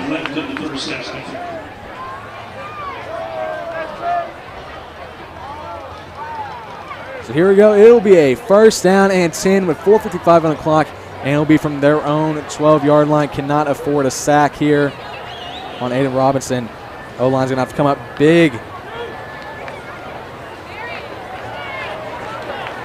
Coming up at halftime, we're going to do our teacher interview of the season. It's going to be with Mr. John Crockett. For those of you who don't know, he is a senior English teacher, also AP Lit teacher, and also the teacher for Quiz Bowl. So we're going to get him in here and talking about all of that stuff, and it should be a fun time.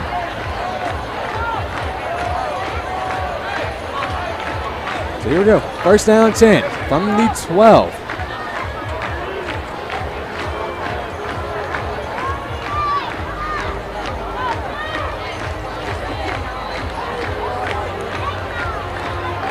And another handoff again. Carmona had a little bit of an opening. We'll get a gain of about 2 on the play.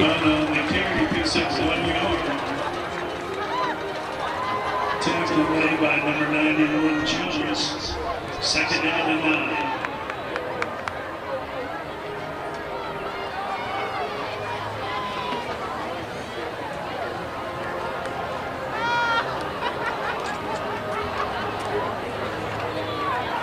Second down and 9 from the 13. Only a gain of about 1 on the play. They're going to take it to the air this time, most likely.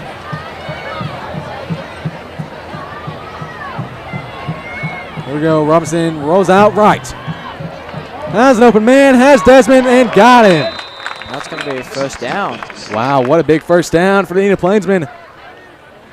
Taken out of bounds by number 28, Botkus. And they're actually going to call it short. Third down and 2 from the 20.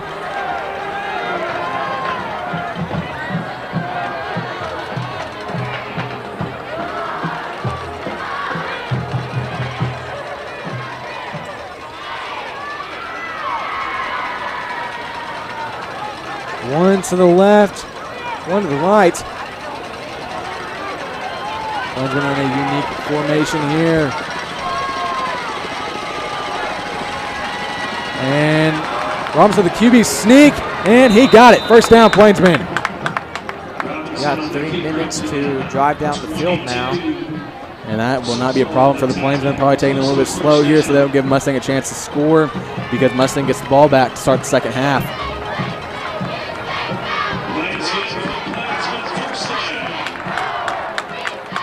So Plainsmen first down from the 22.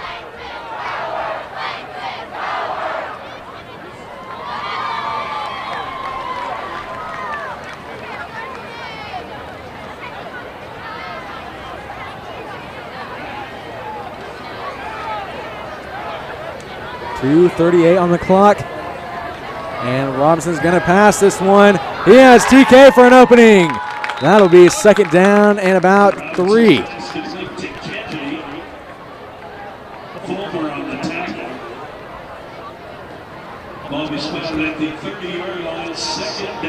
That'll be second and 2, actually.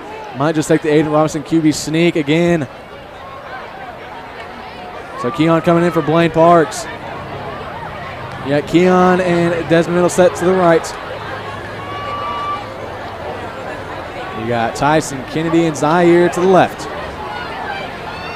These 4 are just, insane playmakers. Yeah, we're lucky to have him here. So Robinson steps back, looking for Desmond, and almost had him, incomplete. Almost caught it. So that'll bring up third down and 2. Nothing to panic about, pretty close actually. So all it takes is taking Carmona up the middle or doing a QB sneak. There's only about a minute and 40 left in the game. Left in second quarter before I wish half. in the game. That means we'd be looking at a Plainsman win.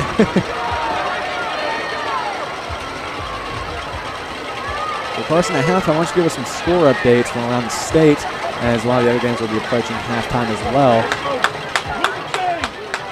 So third down and 2 coming up from the Plainsman 30.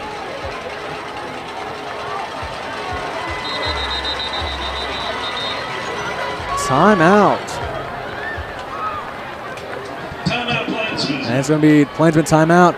Plainsmen have used all their timeouts to end the first, or to not end the first half, but that's the end of their timeouts for the first half. Mustangs still yet to use one. Will probably use one when Plainsmen if they drive down the field after this play. But at this point, if you go to a fourth down, you have to punt this one away because you're giving Mustang the opportunity to score if you punt it, or if you go for it and you don't get it.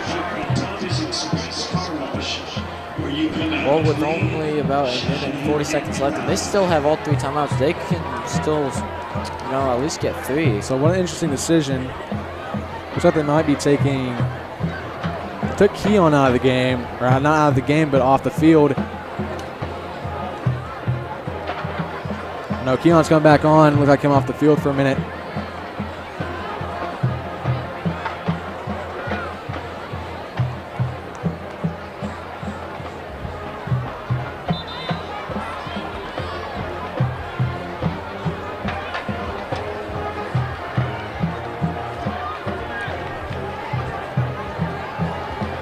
So here we go. Big third down coming up for the Enid Plainsmen.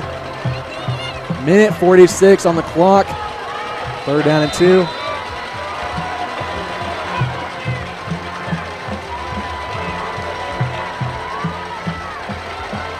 And A-Rob stats back. They're going to take to the air. And they're going deep and picked off intercepted by Mustang.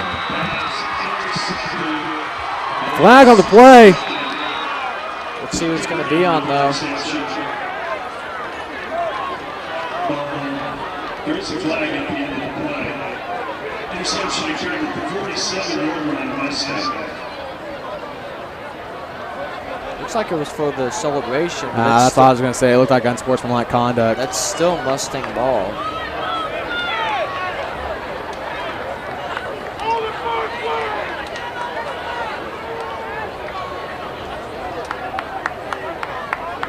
And that's going to send them back quite a bit. They would have had it at about the 47.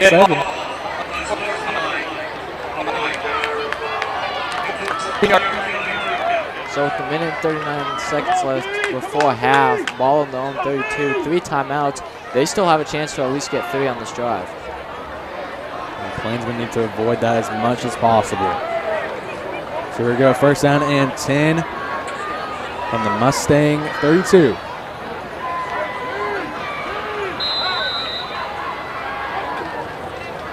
And that one could have been picked off. That could have been picked off. That would have been huge for the Plainsmen. Nothing behind you! Second down and 10. Coming up, Mustang with the ball on their own 32. And he hands off to the running back. Running back has an opening. And they're going to get him down short of the first. So that brings up third down and about 3. Interesting decision for the Mustang Broncos here, because if you don't get this, Plainsmen in deep, almost deep into their own, deep into Mustang territory. So here we go. Need a big stop. This is third down, not fourth down. My apologies. And another big handoff to the running back. First down, Mustang.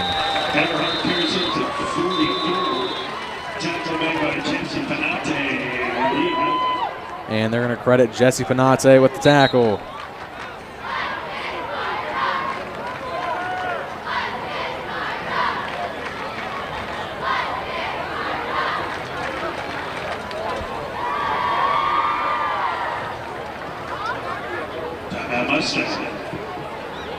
So Mustang going to use their first timeout of the half with a minute and 1 second to go. Mustang on their own 45, and it's going to be, Plainsmen are going to have to try to stop them. They cannot allow Mustang to put any points on the board before the end of this half. Mustang gets ball back to start the second half.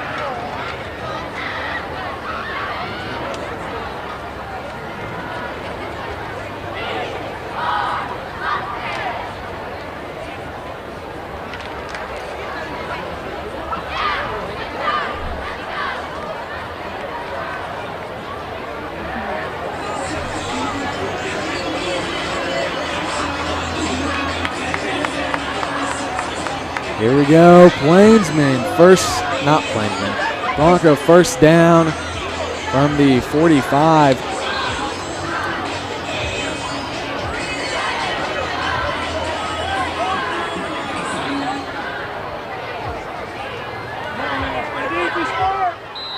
defense has to make a stand here with a minute left. And here we go. Mustang quarterback rolls out right. He's trying to look. And he might get sacked under pressure, and they get him down. Still a gain for the Broncos. With about 5. And they're going to go no tempo. 2nd and 5 coming up. Nothing behind you! 40 seconds on the clock. And No they have an open screen. man. And they here get him down. Here comes a flag, though. So that'll stop the clock at 33 seconds.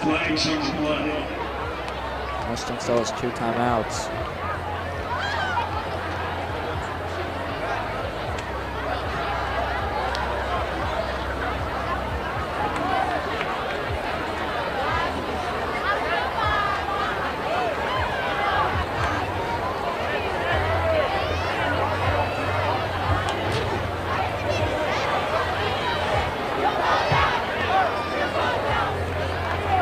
So here we go.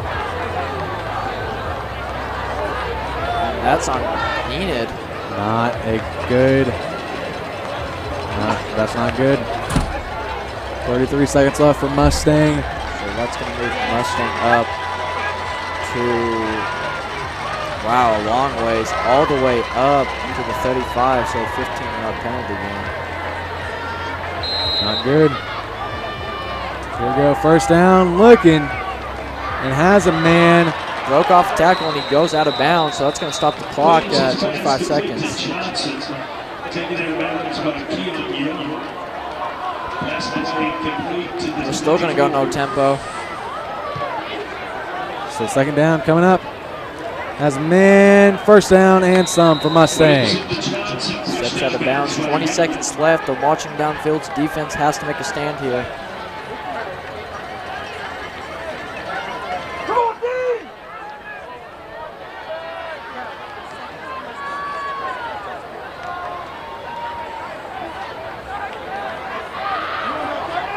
First down, 10. Mustang. Mustang quarterback rolls out right. Under pressure. Has a man. Hit hard. He stayed And up. Taking it to the end zone. Touchdown. Mustang Broncos.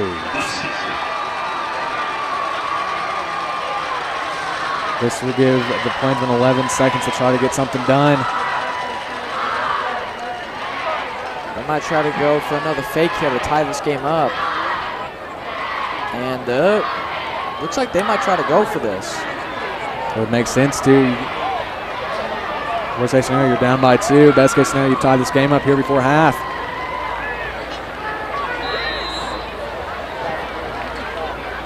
So with 11 seconds left, Mustang's going to try to tie this game at 16. Watch out for the QB draw. He's going to throw it over. And he might have got it. He And got it. Enid's saying incomplete, but the refs are saying that's a 2-pointer.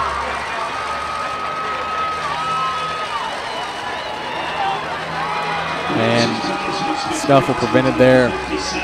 Like it was a little aggressive between the 2 teams. So Plainsmen with 11 seconds left in this half to try and get something done. Maybe get just one big play from Tyson Kennedy or Keon Young, one of your big playmakers. Got to look for him and see if you can get down the field fast.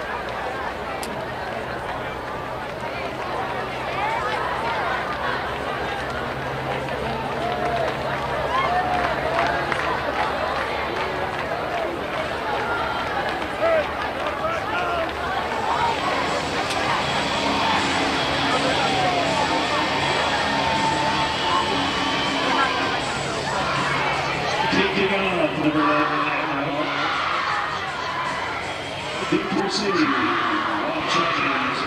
Mustang to kick this one away. 11 seconds left in halftime. I feel like Enid Or just before halftime.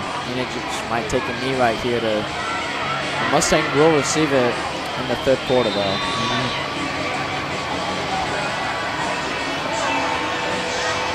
Let's see what adjustments Coach Connor's going to be able to make at halftime.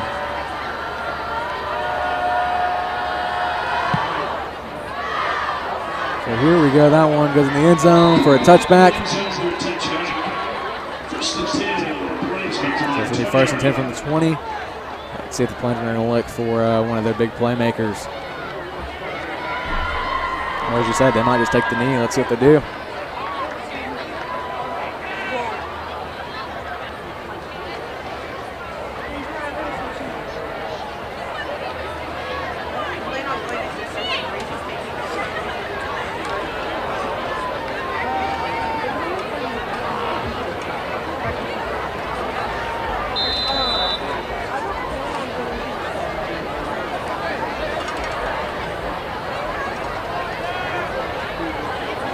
Here we go.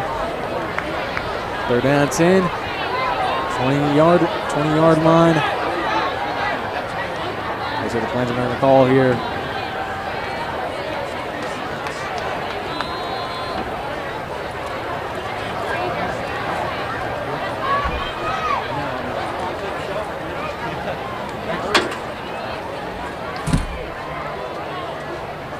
That one's a handoff to Carmona. And no gain there. They're just going to let time wind down. So Enid and Mustang tied at 16 heading into half. Mustang is going to receive in the 5th quarter. So Carson, give us your analysis on this game here so far from what you've seen in the first half. Well, so far the offense has been moving the ball. You know, the running game hasn't been working, but passing game's been working a lot so far. You know, Tyson Kennedy, he's got a touchdown already. Zaire Allen's got some big catches. Keon Young's got some big catches. Robinson's moving the ball. The O-line is actually able to, you know, they're blocking so far. The defense is doing good. They're putting pressure. Yeah, they definitely are. And Plainsmen putting up a great fight against a tough team like Mustang, looking for their first district win of the season. Mustang also looking for their first district win, so one of these teams are going to walk out with their first district win of the season. So starting halftime, Plainsmen going to halftime tied. There's going to be 20 minutes on the clock. So coming up next, halftime interview with Mr. John Crockett. And we'll see you then. I'm Liam Frank alongside Carson LaRue. Go Big Blue. And now, ladies and gentlemen, for your halftime entertainment, we'll begin with the Enid Cheer Squad. The coach for Enid Cheer is Gary Clark.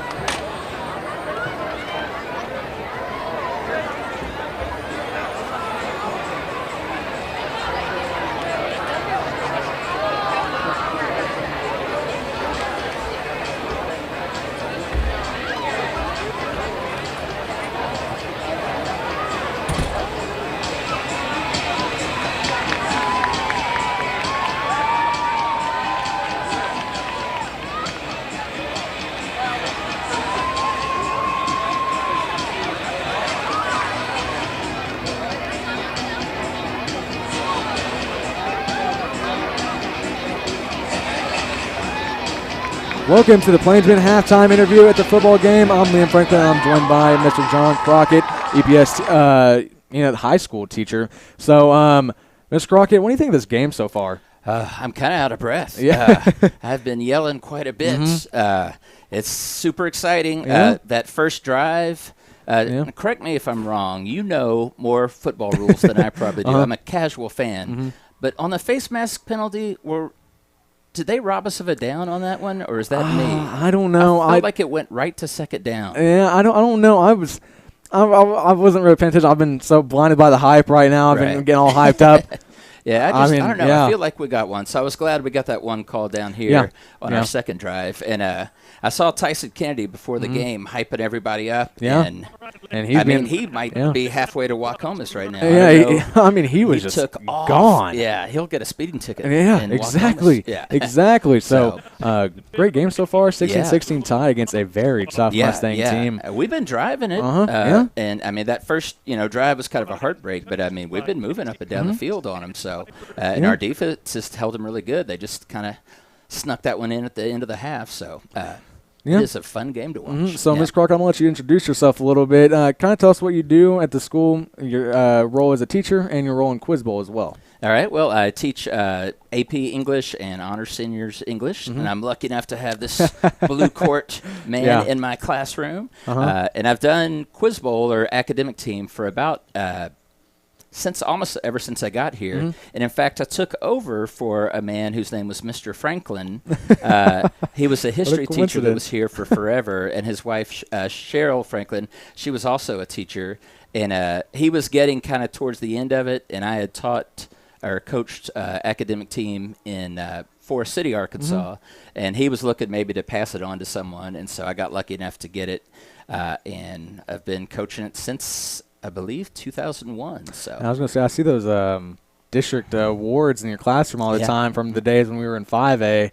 So I believe Quiz Bowl has something coming up tomorrow. Why don't you tell us a little bit more about that? Yeah, we've got a busy October. We will be going tomorrow morning. I'll get to take a van at 6:30 in the morning, take us down to Norman. October 14th, so Monday night, we'll go to Edmond Santa Fe. And then October 26th, we'll have a tournament at Rose State College in El Reno. So we kind of play throughout the year. I've got some kids who are in athletics who say they may come play after the season. I might get Kinsley Lebeda. I might get Blake Fuchsa after football. Okay. Who knows? Yeah. They've talked about doing that, and I'm so sorry that he's not able to be out there tonight. I was lucky enough to have both of them in class last year and this year. So, but we've been lucky enough to go to national tournaments. We've gone to Houston and Chicago a couple of times, and so we lost. Luke Finnegan was one of our really good players last year who graduated. But we ask everything. It is academics. It's some pop culture. One question might be about one of the amendments. The next might be about a chemical formula. The next one might be, we had a question about Skippity Toilet last year. And, of course, I was just looking at them like, did they mispronounce that? And, of course, all the kids knew it was. I had no idea. So. Well, for you younger kids, you know what that one is. You know what that one is. So, you know what? Fun fact, actually, I don't know if you noticed, but you had 5 kids in your 7th hour who were on blue court. So you had me, you had Canson, you had Micah, you had Abigail, and Angelina. We were all on blue court. That is correct. I didn't realize that until we were all in the room. Before, and I had our homecoming queen and king in my 6th period. So I have Cambrian Blake, and I had several more from earlier in the day. So I talked to the volleyball girls. They went 2-1 today, so they're doing really well. That's good. Our softball team's doing awesome. They're having one of their best seasons ever. Oh, yeah. Even in choir, Dana Gwynn, who I had last year, she's the first person in the state of Oklahoma, first female to ever get all-state tenor. Wow. Which is awesome. Yeah, I saw something about that, Right. So it's a great time to be a Plainsman or a Pacer. There's so many things going on at the high school, so many things to get involved with. We've got a great EPS TV department. You guys are awesome. I so wish we had this when I was in high school. Yeah, I know. And believe it or not, ladies and gentlemen, it's almost all brand new crew this year. I mean, a big blow. Yeah, blow was the class of 24 leaving. Our director at the time, Kennedy Graves, our commentators, Landon Collins and Hayden Clark.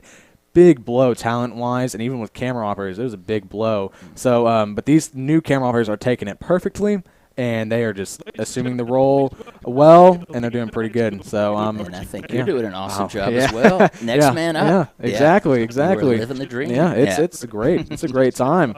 So, and you were talking about Quiz Bowl. We got a little bit of a preview of that today in 7th hour. That was pretty fun. That was pretty fun. Yeah. Today was homecoming, so we had the college fair, which was great for our students, and I had kids in and out all day, so I did a little advertisement for Quiz Bowl, which brings me to... Oh, yeah, here we go. If you would like some trivia questions. I know you're a big OU fan, right? Yeah. Real fast, before you get on that, I want to toot my own horn a little bit. Our team that we had, we made a comeback. It was me, Abigail, Micah, Angelina, and Jonathan, and we made a comeback. We were down by like 4 or 5, and we ended up winning by 1 point. So that's right. It's the blue court team. Yeah, and I believe. Let me think. I think Abigail got the most right. I think Angelina got the least right. But hey, you know what? We still won though. We still won. So it doesn't matter. I'm going to have to take my glasses off because I'm an old man here.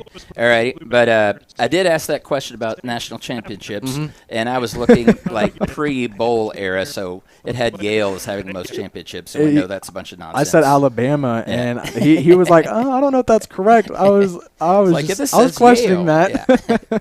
But all righty. 1936 was the first AP poll. The most national championships. Who is Oklahoma, University of Oklahoma, tied with for the 3rd most national championships all time? What team is it? What conference? I believe they're still. I don't know. Does the Pac-12 even exist anymore? No. Okay. They might have been in that a long time ago. Well, it's the Pac-2 now. Washington State and Oregon State. Well, it's not them. Okay. I'll give you maybe a hint or two if you go back far enough. Marcus Allen. Oh, that's really man. old. Matt Leinart. O.J. Simpson. Oh, okay. Is the California team? Yes. USC. Yes. Yep. USC and Oklahoma are both tied with 7. If my stats are correct. Yeah, we need to. Oklahoma needs to win another one because we Right. do not need to be tied with Lincoln Riley. That's true. All right. Way back in 2000, which was the first year I came here, OU was in the Orange Bowl, and they beat Florida State, and it was a really bizarre score. Do you know what the final score was? Florida State did not score an offensive touchdown in that game or field goal. Oh man, you have me on the spot Sorry. here. I don't know. I don't know this one. This is for the folks at home too, the graybeards out there. Yeah. Like Crockett. Wasn't it 2000 or 2001 they won the national championship? Yes. Yeah. Okay. That was the Josh Heupel days. Yeah. So, gosh, I don't even know. It was 13-2. Yep. That's exactly such what it was. an odd score. Yeah. Scoregami. I mean, we had scoregami a bit ago. 10-8. 10-8. You never see that quite often. Right. And one shout out to my hometown. I'm from the University of Memphis. Yeah. Our quarterback, I don't know if you know his name, he just recently had a streak of 41 straight games with a touchdown broken. He just passed Baker Mayfield, believe it or not, on consecutive games with a touchdown. Memphis. But why would anybody care about Memphis in college football? Because it's a national championship when we break the top 20. Yeah. So, and I wish they would go to the Big 12. I think they'd be a perfect fit basketball and football-wise. With all this conference realignment, you never know. I mean, I don't know if you saw this, but Miami took I don't know if it was 2,000 or 3,000-mile trip to California for a conference game. Yeah. I mean, wow. Memphis got paid $1 million to go to Florida State and beat their former head coach. And wow. So I was really happy about that one. But yeah. We came back down to earth against Navy last week. So Yeah. All right, I'll ask you a question that I just think is fascinating, and there's no reason why you would know this. But in 1967, Oklahoma City had a team in the Professional Football League that merged with the Continental Football League, and guess what their mascot was? What was their name? Oh, man. I found their T-shirt on our Retro Sports T-shirt website. Let's see. That's way far back. Yeah. Give Just it to look me. around the stadium here, and you'll never believe what their mascot was. It wasn't a Plainsman. It was. It was No the way. Oklahoma City Plainsmen. Wow, that's... Their helmet had like a O and a C, and where the K would be was like a steer's head, a steer's skull. Wow. And so I saw that online. I was looking at like vintage sports T-shirts for like defunct leagues. My favorite one, there's a hockey team from Macon called the Macon Whoopie, which is just the most bizarre name for a hockey team ever. But it was the Oklahoma City Plainsmen. They played for like 1 year. So wow, yeah. I thought about getting one of those to wear on Mondays or Fridays for our Spirit Days. Yeah. Well, I don't know if you know anything about the Stuka. Do you know any of our next dress-up days? I do not know. I know we had some fun ones this week. We got our picture taken together. So, yeah. We were frat bros together. Yeah. And we forgot to get the one for Surfer Day. Yeah, I forgot about that. I was all decked out in a polo and flamingo shorts, slides, had a hat on, and And our very own Coach Young over there, he bought me a Star Wars Hawaiian shirt, and he had one, so we were twins on Thursdays. So. Yeah, that was funny. I saw you that morning. I was like, Crockett, you're not going all out today. No. I didn't think the kids needed to see these legs. They have not seen the sun since school started. So decided not to blind anybody. Busy school year. Yeah, busy school year. It was a good time. But it's been a fun year so far. I mean, that pep rally we had on Wednesday was pretty fun. That was fun. I believe band walked the halls this morning. I don't quite know. They don't come up to They don't come out to the penthouse. Yeah, I know. They don't come up to the narrow part of the UC, but because I have Bridenstine first hour, Neidick second hour, and then Bridenstine again third hour. Oh, wow. And then I finally get off that floor fourth hour. Bridenstines. Yeah. That's rough. Yeah. Just kidding, Bridenstine. Yeah. But it's been nice. I've seen some students from the class of 2014 here for homecoming, and seen some from 2004 too. In fact, one of our new English teachers, Patrick Little, he graduated in 2004, and I got to teach him my second year, I believe I was here. He was senior class president, so it's kind of fun to see. I'm teaching with a lot of my old students, so it's I was about to say that. I bet that feels pretty weird. Yeah. It's a little strange, but It's funny. Some of them won't call me John yet. They just still call me Mr. Crockett. And so I was like, you can call me John. It's fine. See, that's the good thing about EPS TV. It gives you an excuse to say teachers' first names or administration's first names. So, right. Yeah, I'll always enjoy your interviews with Darrow on here on Halftime. He's always fun to listen to. So, he said nice words about me a couple of games ago, which made me feel pretty good. Yeah. Let's see. That was Ponca City, I believe. City, yes. Yeah. And we kept them accountable. Yeah. Which I think there's an acronym about that, but I can't remember. Yeah. But we'll see. But yeah, it was really nice to start off the year beating Ponca. And this one, I think we still got it. Yeah. We played really, really well first half. So just one or two mistakes, and it might be 24-18 right now. Yeah, or 25. It's it's 16-16 tied. Oh no! Yeah, sorry, I can't read my glasses. It's a really bad view up here. Yeah. I don't blame them. 16-16 tied, so it's gonna be an interesting game. But I forgot to do mine. Mention we cannot show our band due to copyright issues. That is why we do not have the band on the screen right now. I don't have the audio playing from the band. Cannot show their show due to copyright issues. But if you want to watch their show, make sure to come out either at the halftime of the Plainsmen football games or go to one of their contests. They just went to Tri-State on Tuesday, got ones. So nice. And also went to the contest, made the finals last weekend. So what a good year for the Big Blue Band. Yeah, our music programs are always awesome. Yeah. Band's always awesome. Our choir's always awesome. Orchestra. If you haven't found something to plug yourself into and you go to Enid High, there's so many things you could do. We got esports. We've got Quiz Bowl, academic team. We've got all these great sports. Our drama department always puts on great productions. So you're missing out if you don't plug yourself into something when you're at Enid High. Yeah, this year's been a great year for some of the activities. EPS TV still going strong like usual. Yes. I think we need to start a quiz show, a game show on EPS TV. That's a good idea. There's someone who's got a smarmy enough personality who would love to be a host. Hey, we're going to have to talk about that. Yeah, that's definitely a good idea. We actually filmed it one year during Plainsmen Power. We had the principals come on and play the students, and it was really fun. I don't know if any of those principals are still here or not. I don't think Darrow. I remember Miss Black came and played, and I can't remember if Liddell played in that game too or not. But and saw him doing the push-ups. I was going to say, did you see him doing the push-ups down there?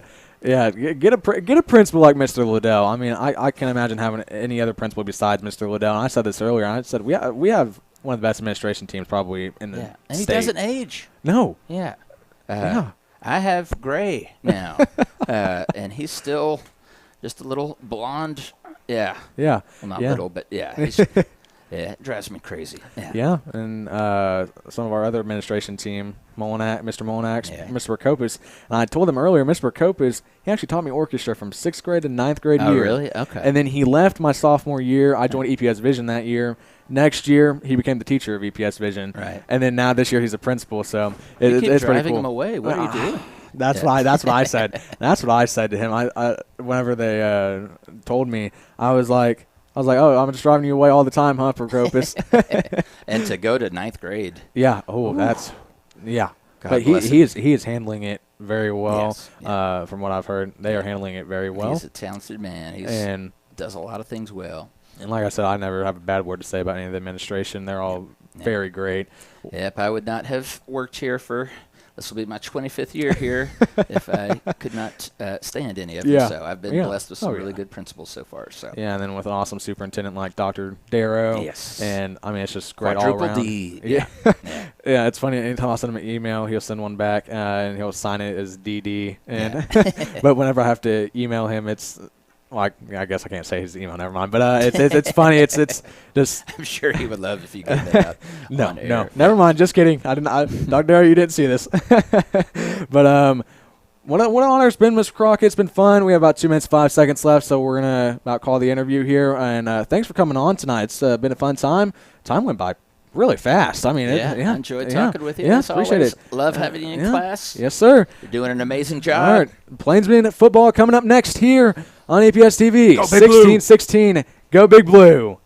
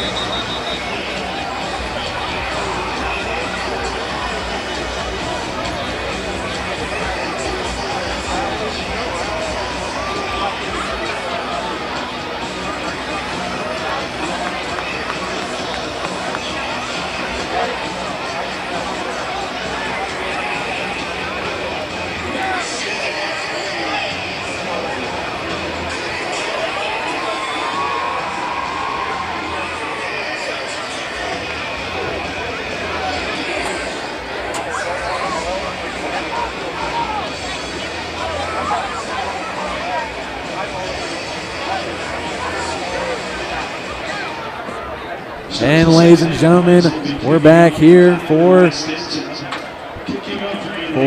Enid versus Mustang. Carson, why don't you give us some score update from around the state? Roger that, Liam. Entering third quarter now, Owasso is up 27-0 against Tulsa Union. Entering third quarter as well, Ponca City up against Putnam North 14-13. Halftime for the other teams, Edmond Memorial up 29-0 against Santa Fe. Enid Mustang is still tied at 16, entering the third quarter now. Bixby up 21-0 against Moore. Deer Creek up 41-14 at half against Edmond North.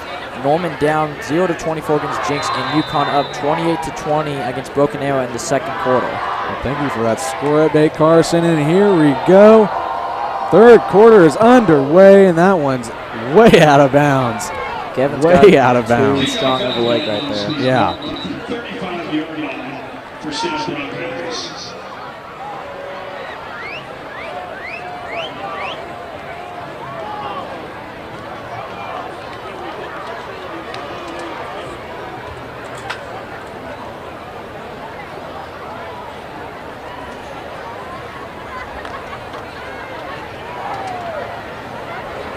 And here we go. It's a Mustang first down and 10 from the 35.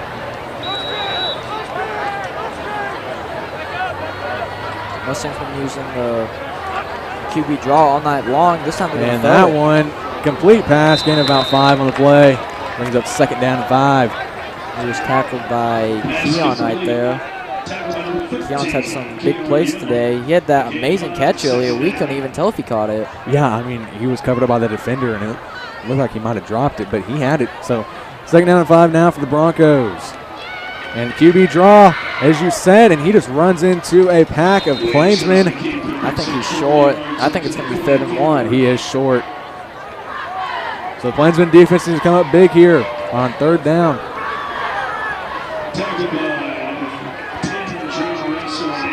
3rd and 1 now. Here they go with the draw again. And he's going to get it. Almost broke away.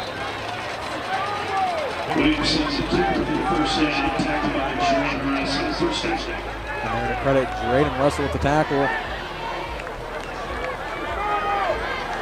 So first down and 10 coming up for the Plainsmen, or for the Broncos. 11:05 on the clock. They got to get set. And it's picked off! It's a big gone! Keon's gone! 25, 20, 15, 10, 5. Touchdown, pick 6 for the Plainsmen. Coach Condor jumping up and down on the field. What a play by the Goodness! We've seen this before. Yeah, it's almost like getting flashbacks from Friday the 13th. Well, you just ruined it. And wait a minute. The ref saying it's good. It is good. It's good. That's a pick keeping 6 for Keon. Wow. The last time he had a pick 6 was, I believe, against Ponca City. I don't know if we've had a pick 6. Have we? Yeah, he had a pick 6 against we Ponca. did, yeah. Guys, give us a question. He is the stat man that no one else could ask for, man. He is good. He's good at They his go job. out with his, and that one blocked again. That's not good. So 6-point lead for the Plainsmen. Ball goes back to the Broncos. Here comes Cooper McKee now. What a play. What a pick 6. Plainsmen are ahead of the Broncos. What play that was. Bounced off Mustang's hand. Intercepted by Keon. Off. Just gone. What a game. I am hyped. Yeah, we are. I mean, we are hyped up here in the press box. Coming out of half against Stillwater, you know, the confidence already better. Already better. Yeah. The first drive for Mustang ended up in a pick 6 by Keon. Here we go. They're going to be beginning their second drive here next.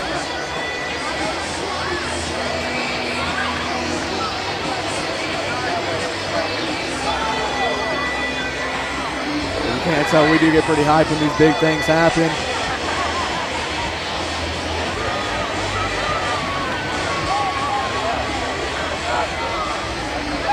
Here we go, Plainsmen up 6 over Mustang, 10:48 on the clock. That'll be Mustang ball again. That was Mustang's first interception of the night.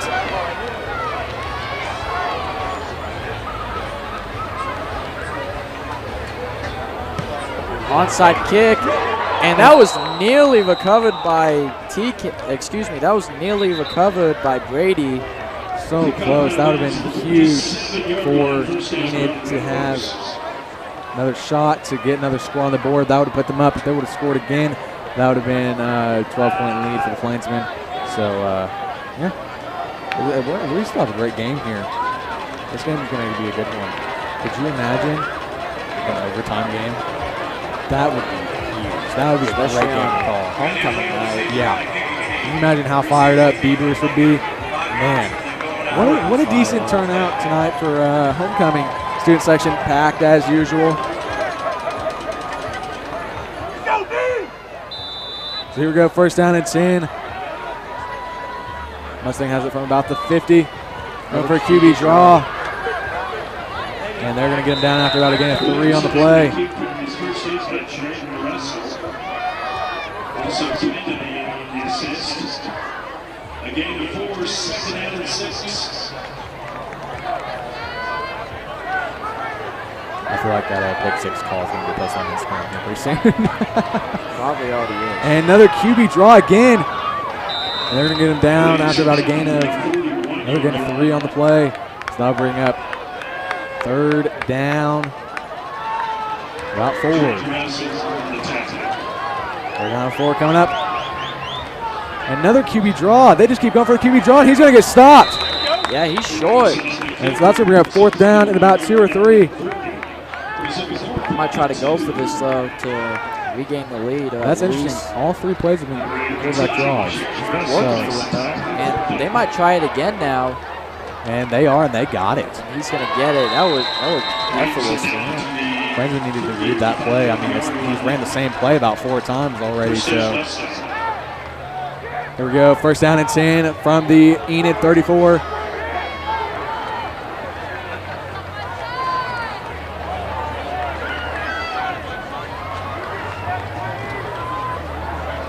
Williams, another QB draw again. That's like the 5th in a row. That's now. the 5th straight one. And again, about 1 or 2 on the play. We'll bring up 2nd down. Tackled by Jared Russell. Looks like we're having a few scoreboard malfunction. It is 2nd down and looks like 8.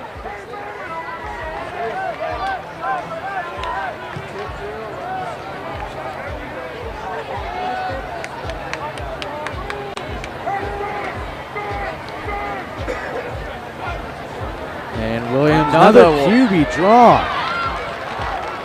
What else do the Plainsmen expect?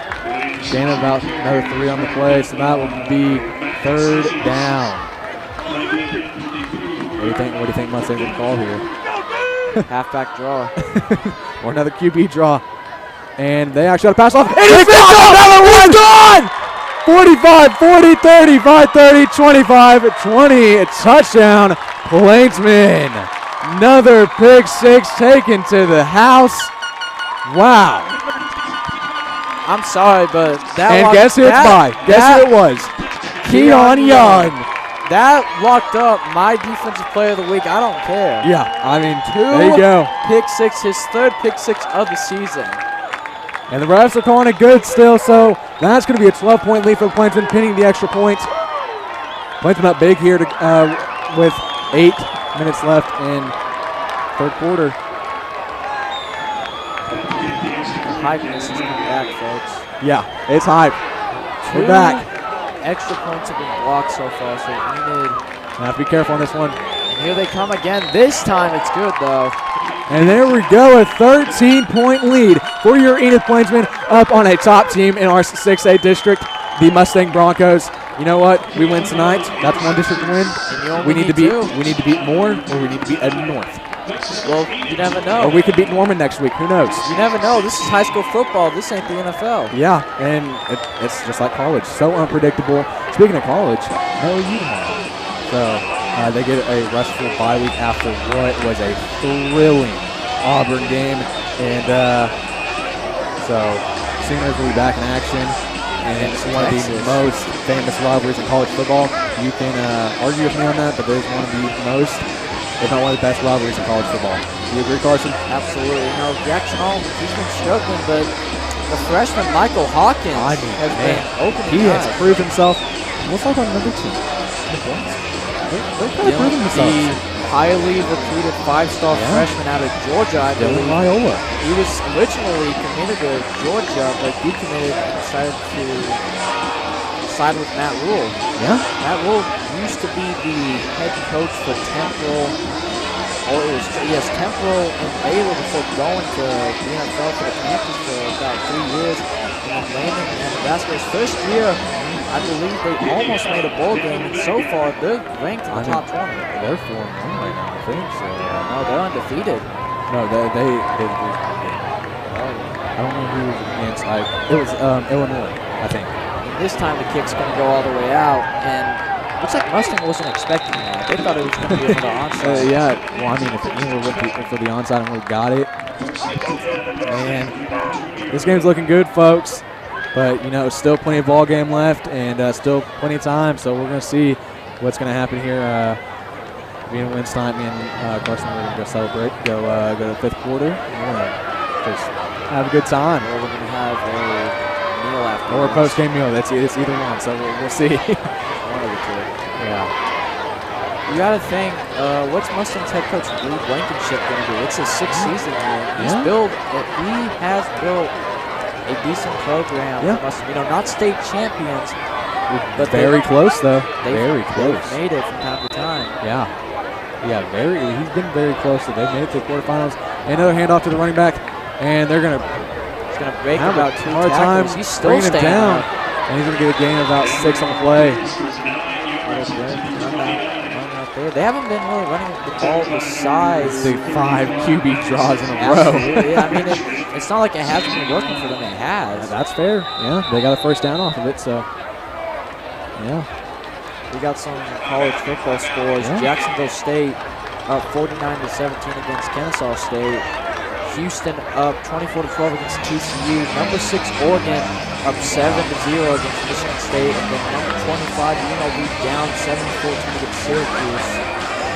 And we got some pretty good games coming to college football this weekend. Actually, Oklahoma State, our favorite team in Stillwater, takes on.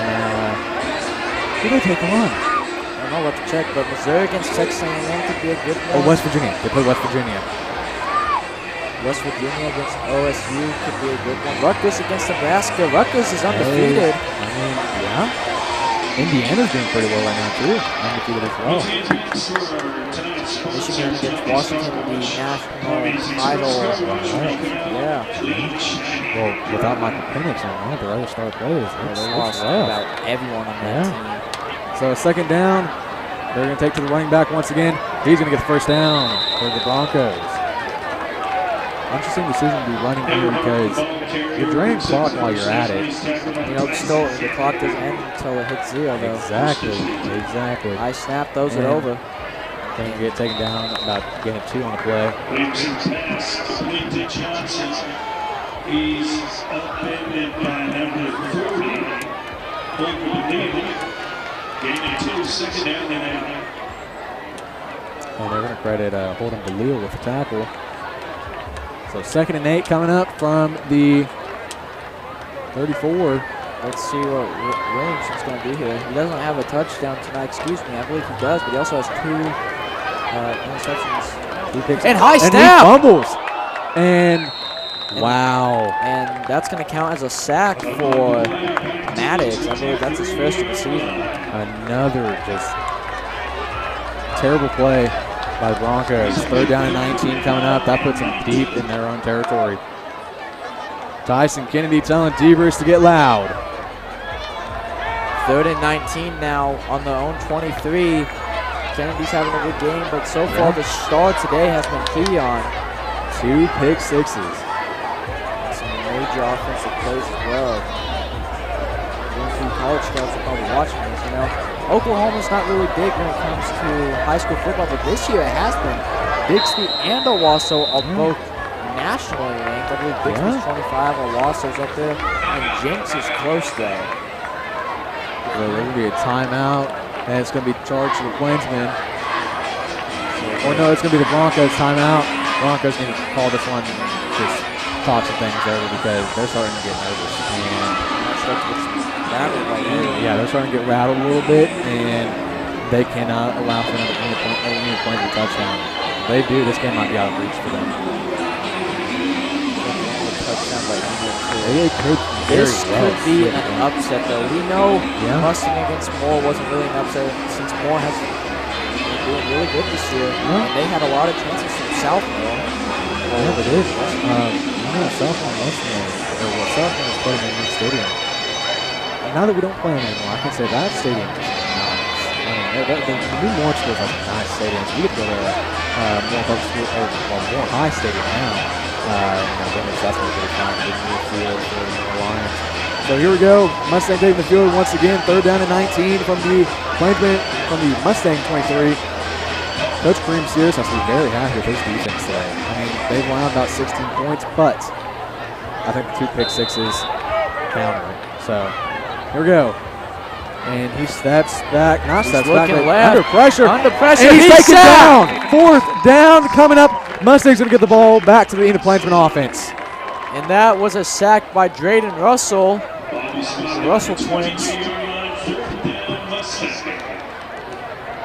The Russells and Gustavo Renteria are a deadly combination on defense.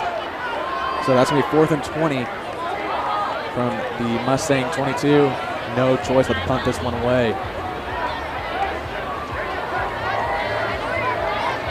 Almost under pressure. Blocked. Yeah, that was. We're just going to let this one roll out to about the 22. Yeah, so he's in the 22. Wow, Liam, look at this. Call Alba against El Reno, 74-67.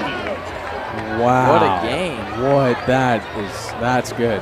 Call Alba's usually the 5A state champs. What a game, man. That's huge. Yeah. Nolan North is up 50-0 against Westport. 50-0. Wow. Nolan North getting back on track.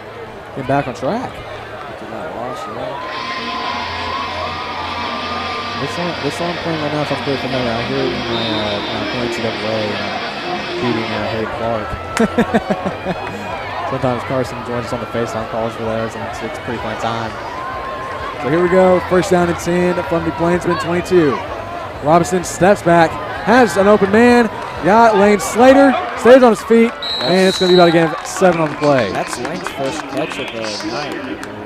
Huge for him. You know, Liam, let's look at game of the week real quick. You know, Norman and Yukon, right? Yeah. Well, no, Owasso and Union would be our game of the week, just because of how highly ranked they are, and just how good of a matchup it will be. I don't know the score on it. Well, right now it's 34-7, so I wouldn't really call that game of the week. Yeah, maybe not.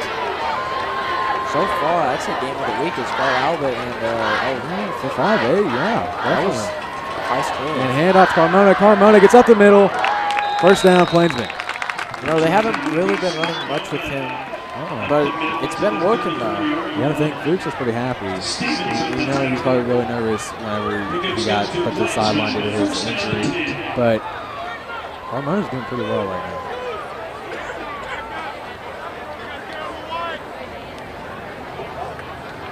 So Walker Upton coming in for the Mustang defense. You got 2 to the left, 1 to the right. Carmona behind Robinson. Zaire TK to the left. Desmond to the right.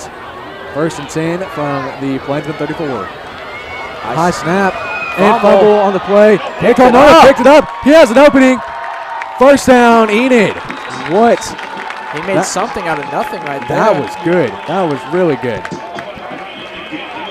Great situational awareness by both the by the Plainsmen, and by both Aiden Robinson and Lucas Carmona.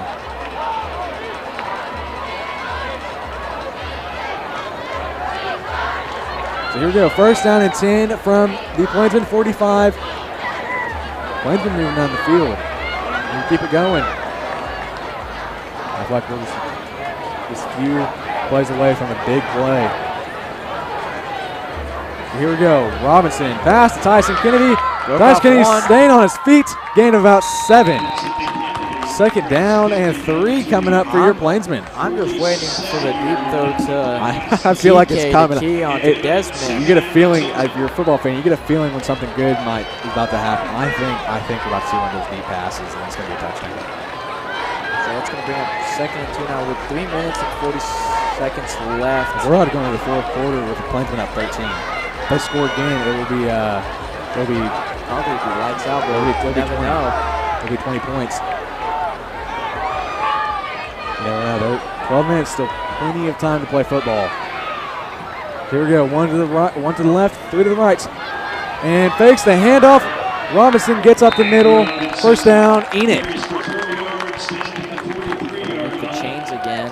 Jones on the tackle. Getting for the play good for Plainsmen. First down. So the Plainsmen taking their time, knowing what they're doing. They're draining the clock here. They want to keep the football out of the Mustang offense.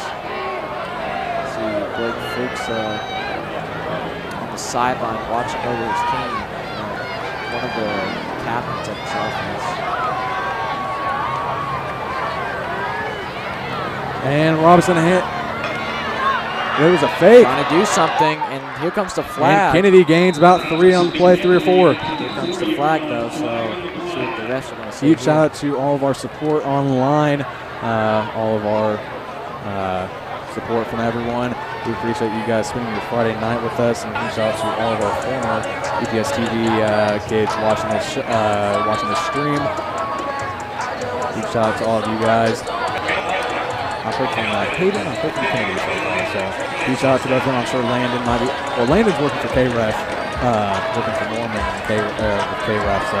Landon's having a decent season so And far. they are, and the flag's going to be on Enid. So it's going to bring us back, but that is a first down. So yeah, it is a first and, call it about a first and 14.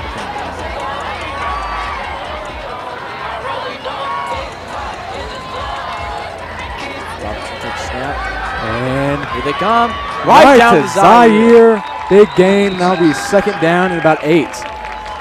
This is best game so far this season for Zaire. It's going to take a while to figure out who the offense MVP should be. Right now it's between Zaire and Tyson. Possibly put Robinson up there. But we know who defense is. Yeah. So you got CK and Zaire to the left, Desmond and Keon to the right.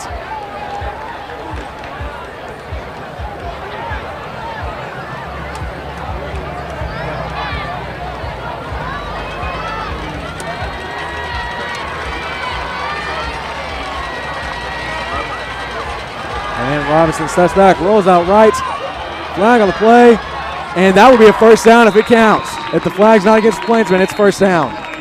I think that was a holding though on Enid where the flag was at. That'd be a tough flag for the Plainsmen.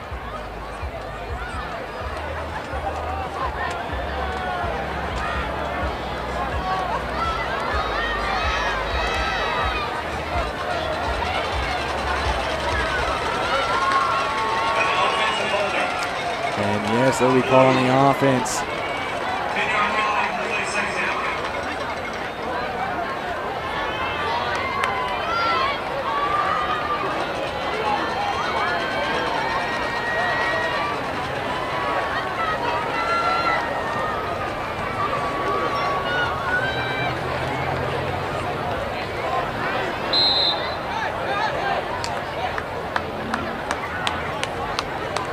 So it'll be 2nd down and 19 from the Plainsmen 48. Enid hasn't given up a sack tonight.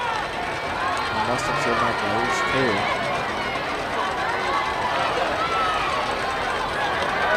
And Robinson airing it out, team hit for Zaire, and he drops it. Robinson to Zaire, incomplete. Third down there.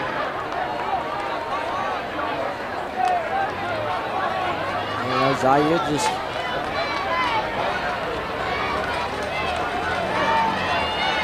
Zaire's got to catch that, but he's still having a Good night overall, though.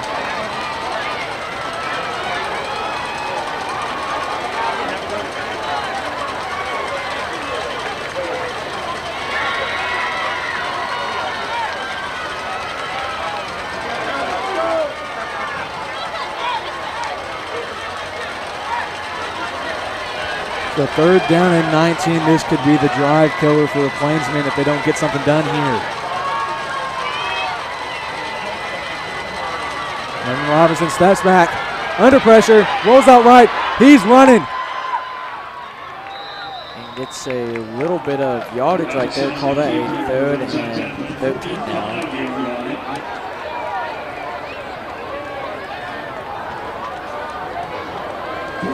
Looks like Enid might go for this. And no, they're going to punt it away. I was going to say that would be an interesting decision to do. That'd be giving Mustang the ball. So 4th and 12, but you never know. We could see a fake here.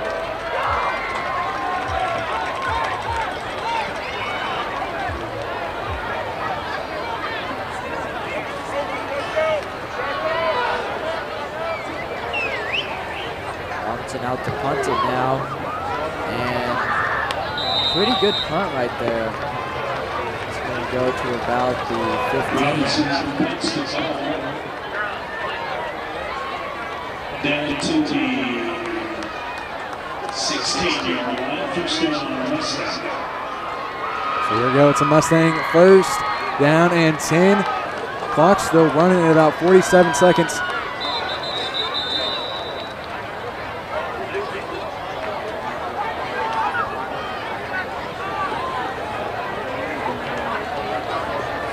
What a beautiful night it's been here in Enid. What better way to spend your Friday night than watching some high school football? I mean, especially in a game like this. It's still not out of reach yet for Mustang, but they don't score here. That's trouble. That just spells trouble for them. We still have about 12 minutes to score, but so far the defense Has been pretty strong, and they want to prevent another pick 6 because if Mustang throws another pick 6, I'd say it's game over. yeah. I mean, that's what the last 2 points of the last 2 scores that came by They is. could put the backup in as well.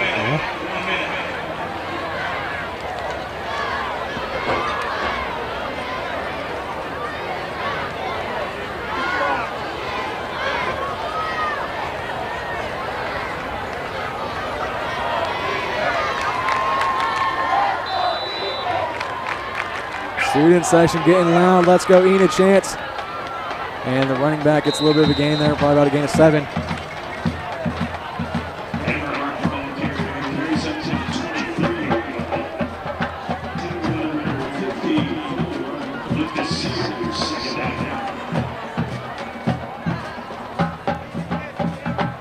And another handoff. He'll get the 1st down plus some. Taken out of bounds at about the 35.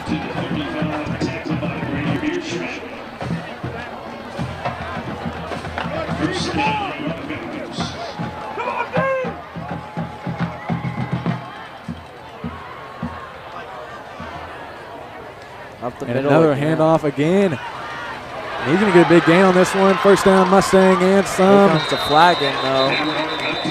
We'll see who this is going to be on.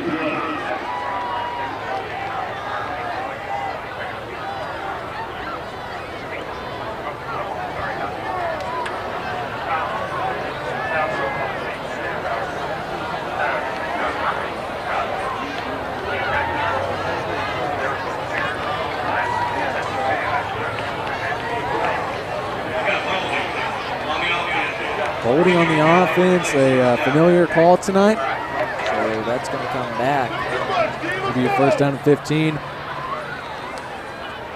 17 seconds on the clock in this 3rd quarter. 2 to the right, 1 to the left. And another run up the middle. This time Just he gets- taken down. I don't think he got to the original line of scrimmage. Tripped up by Maddox right there. And looks like the 3rd quarter is going to come to an end. So, Carson, you know what time it is. The end of the 3rd quarter score is 29-16. Carson, give us your recap of this 3rd quarter and how great of a quarter it's been. Keon Young, that's all I got to say. That's all you need to say. I mean, 2 pick 6s, 1 with the extra point missing, and one with the extra point being made. So that's 16 points, or my math is way wrong there. That's 13 points, and so huge shout out to Keon. What player is going to be defensive player of the week? Is that what you said? Definitely. Yeah. Offensive. Might be Tyson. Could be Zaire. Who's next? Big Blue Band getting rowdy in support of their Plainsmen, as the Plainsmen are just have 12 minutes left until they can win Beavers with a homecoming win and their first district win this season. First time facing Mustang, who is one of the best. They are a top team. I mean, yeah, it's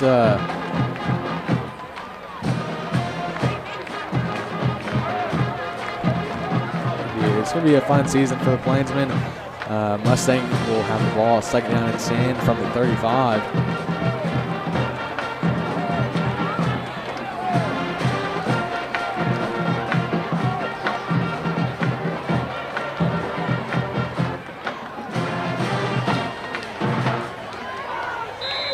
So here we go, second down and 10 for the Broncos. And looking, has an open man, and he's going to get the first down plus some, taken out of bounds at about the 47.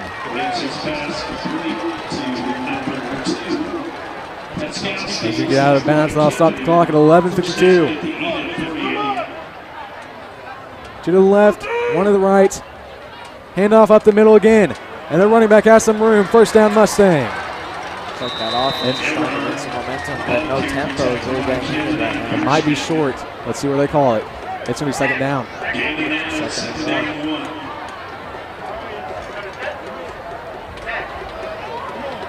Second down and 1 for this offense. Probably just going to take it to the running back.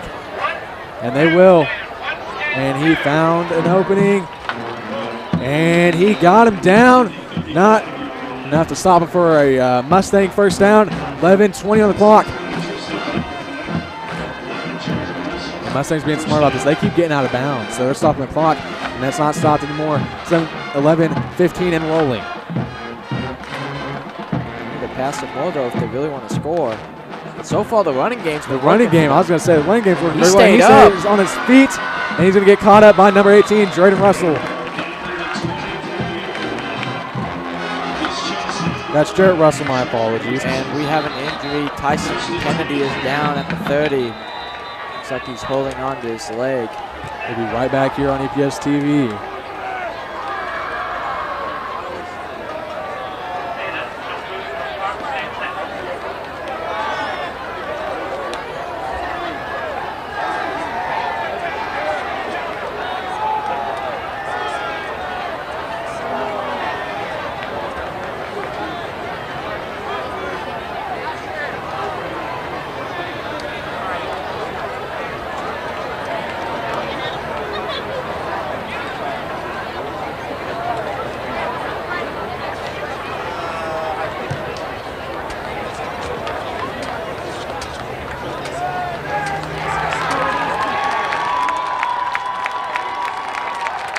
Huge ovation from the Enid student section for number 5, Tyson Kennedy. Scary seeing him go down like that, but looks like he's going to be okay. And he's going right back into the huddle. And he's getting hype in the huddle. Well, you know, Kennedy, he's tough. He'll have to come out for a play or two, but still, he's very tough. Yeah, so this is first down and 10 from the Enid 22. Enid should know that they're going to use their running back as much as they can, especially with the running back working as much as he is right now, getting Mustang just countless first downs. So Plainsmen have to be aware of that. And they're going to have to take advantage of it. And it's a QB draw this time. Taken down after about a gain of 3 or 4. He's just going to get tripped up right there, so good tackle by Enid. Drain as much clock as possible. Yeah, 10:30 on the clock. Do not let them get out of bounds either. That's one thing you don't want to do. Another draw. And he's hiding behind his men, and he might have it. And Touchdown, he is. Mustang Broncos.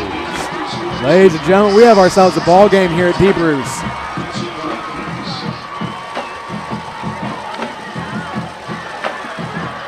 And they get this. This puts them within puts them within 6 of the Plainsmen after the missed PAT, but if they go for 2, that puts them within 5 of the Plainsmen. Could see a fake, though. Might have to be aware for that.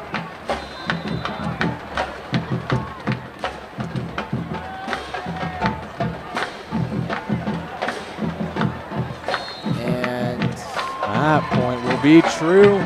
So score here in Enid, 29-23. Your Plainsmen up by 6. We'll see the Plainsmen offense take the field once again in just a few short moments. I'm Liam Frank alongside Carson LaGrue, and you're watching Enid football on APS TV.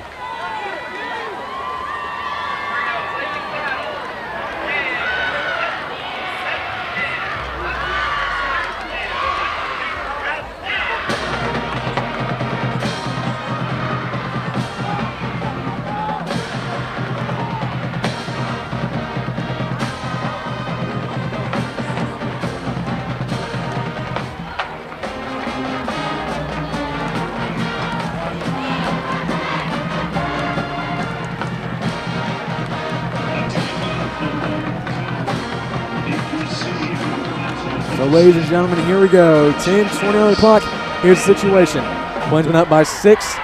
Mustang only down by 6. Might be looking for an onside kick here. Plainsmen have to be aware for this one. And the Plainsmen need to score on this drive. If they can score, it could be lights out for the Broncos. You gotta at least get 3, make it a 2-score game. Keep the ball as long as you can. And just can't get nervous. Onside kick. And they Enid got it. Enid got it. Let's see who came up with it. That was number 34. Adrian Alvarado. Huge shot to Adrian. Big recovery by him.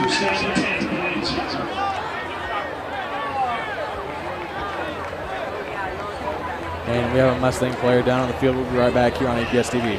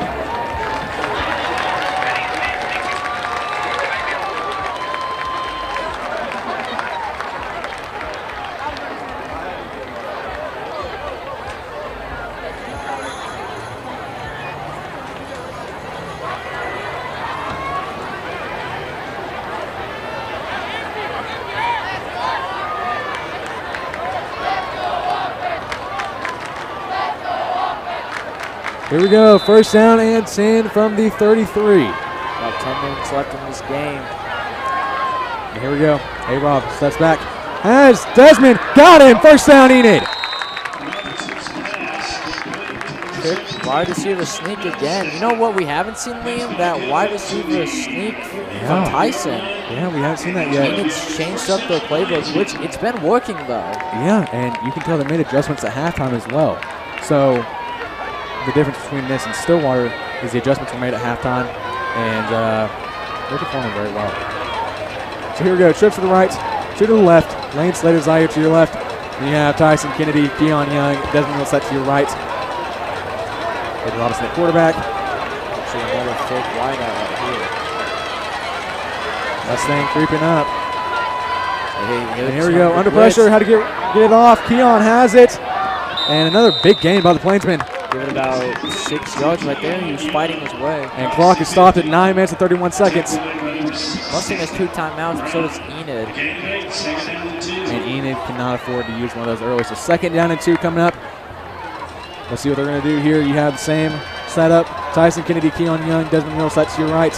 Lane Slater, Zaire Allen to your left. And actually, they're changing it around now. You got trips to the left. You got Zaire, Tyson Kennedy, and Keon, and then Lane and Desmond to your right. 3 safeties in the back for Mustang. So Robinson steps back. Has another open man, first down, and some for Enid. There goes TK, and that's a first down. And Enid just draining some time here. We're at 9 minutes and 17 seconds and running. Looks like Tyson might be cramping a little bit right there. So let's hope he's all right. He's been having some leg problems this season, but he always pushes through. Yeah, I mean, I don't know if it's just adrenaline or what, but he just pushes through and he just snaps through it. I mean, I don't know if you guys saw it or not. I don't know if we had a camera on it or not. I don't think we did, but he got back in the huddle after he got up from his injury, and he was hyping the team up after he just got up off an injury timeout. Yeah, but he is limping a bit and struggling to walk, so he might be out for the remainder of the game, but we will let you know. So let's hope he is all right.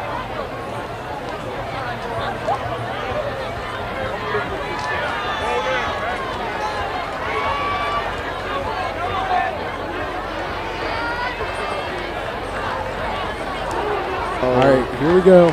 So with TK out, that means Lane Slater, cousin Zarek Slater, is going to come in now. Here we go. 9 minutes and 6 seconds and running. Plainsmen first down and 10 from the Mustang 40. As much time off the clock as possible. 3 or 6 here, it does not matter. It gives the Plainsmen a bigger lead. And the handoff to Carmona. Carmona has some open room. First down, Enid. First big run for Enid. And our coach is on the sideline getting hype after that.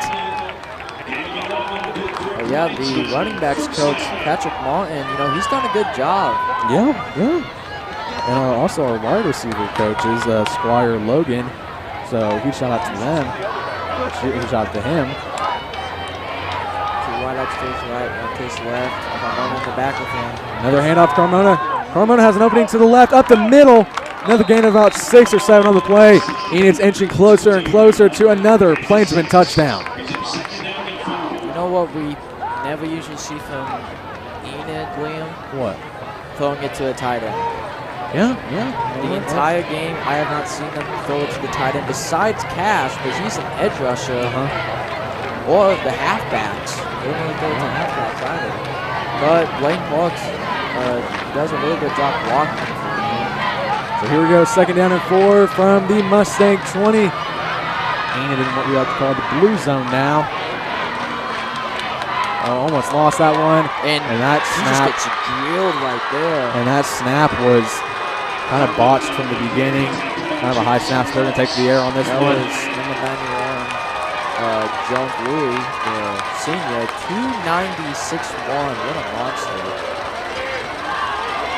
So third down and 8 from the Mustang 24. So you think at least Enid wants to get some yards to make it easier for Vega. So his career record was set tonight at a 37-yard field goal.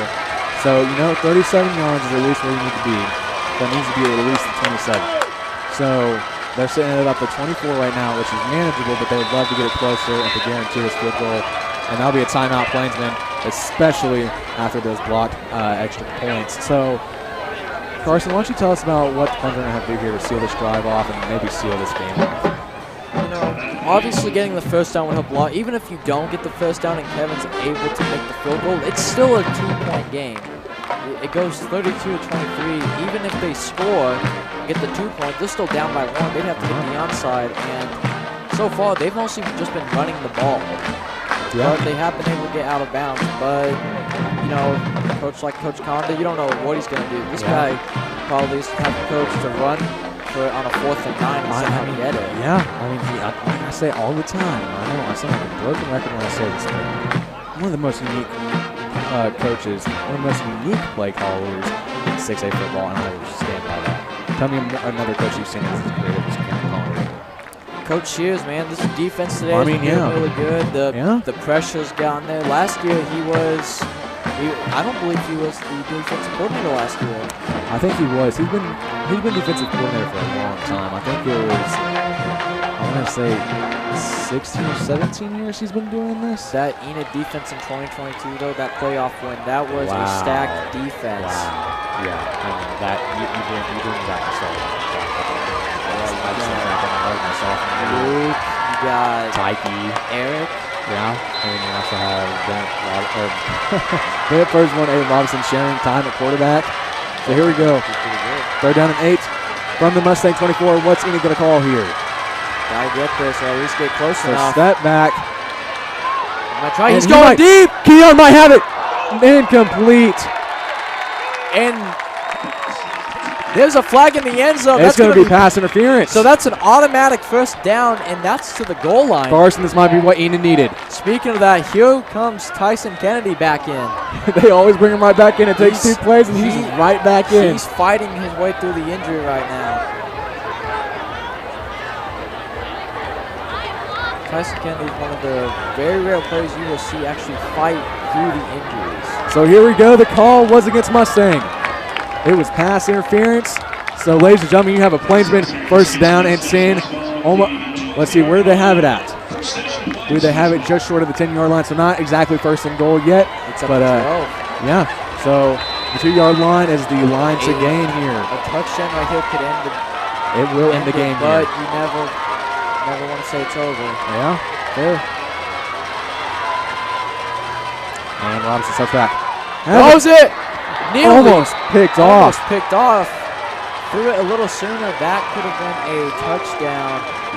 Was Me and Carson there for a second just kind of sat there and held our breath for that split second. It looked like it was picked off. So here we go. After the incomplete pass, second down and 10 from the 12. You're in field goal range, but you have to consider the fact that you've been struggling.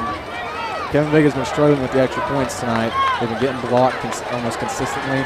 Not almost consistently, but they've been getting blocked quite a bit.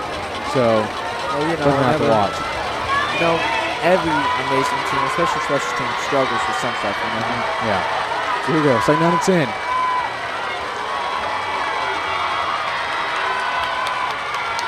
And a handoff to Carmona, and Carmona's going to get taken down after almost no gain on the play. Third down coming up. And we have a player down. I think that's Blaine Parks, the halfback.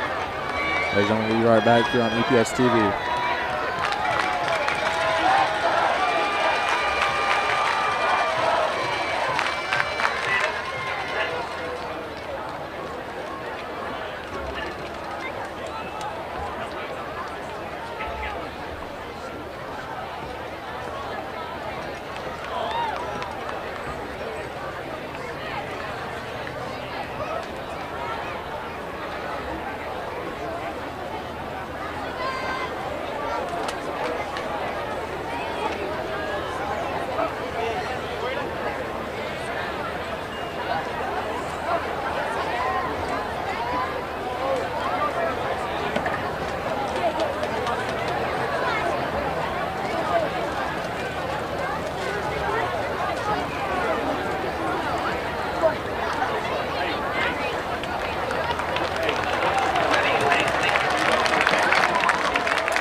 Ladies and gentlemen, here in Enid we have a big game.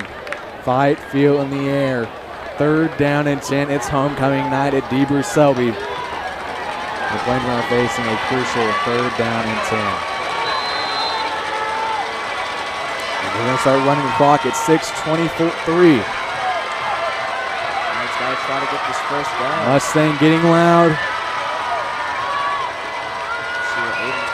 Got to be careful, though. And he has it. Oh, and it's incomplete.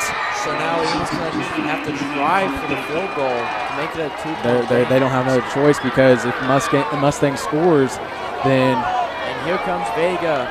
But this special teams unit is going to have to block for their lives. They've got 2 extra points blocked. Carson, this could make or break this game. This could be the decision right here. Vega, though, he's an accurate kicker. So this will be a 29-yarder. Here we go. Soccer player. Let's see what Kevin can do here. Sophomore, here we go. 29-yarder. Be the game. And it's true. It's good. Plainsmen are up 32-23 against the Mustang Broncos. perfect for Kevin. That is what Enid needed. That did not need to be. That would have been a miss. That game would have been. This game would have been way too close.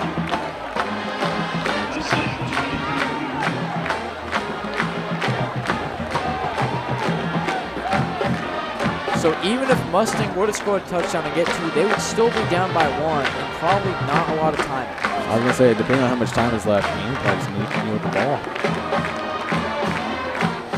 And our fight song playing has to be music to everyone's ears right now. We appreciate you spending your Friday night with us here in Enid.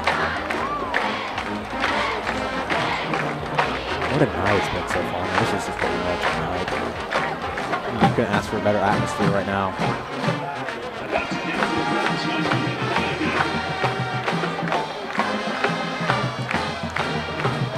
So the Plainsmen up 9 on a very good team in our district, looking for their first district win of the season. If they win this game, they need one more district win. Enid nearly beat Stillwater. Yeah, we had a bad game against Deer Creek, but Deer Creek's just on a mission this year. Yeah, Deer Creek Mustang is supposed to be good, and they are good, but Enid's just fighting. Yeah. A high kick again. That one's out of bounds once again. That was received by one of the coaches there. That's not something we needed right now. That did not need to go out of bounds. Kevin's just got a strong leg, though. Yeah.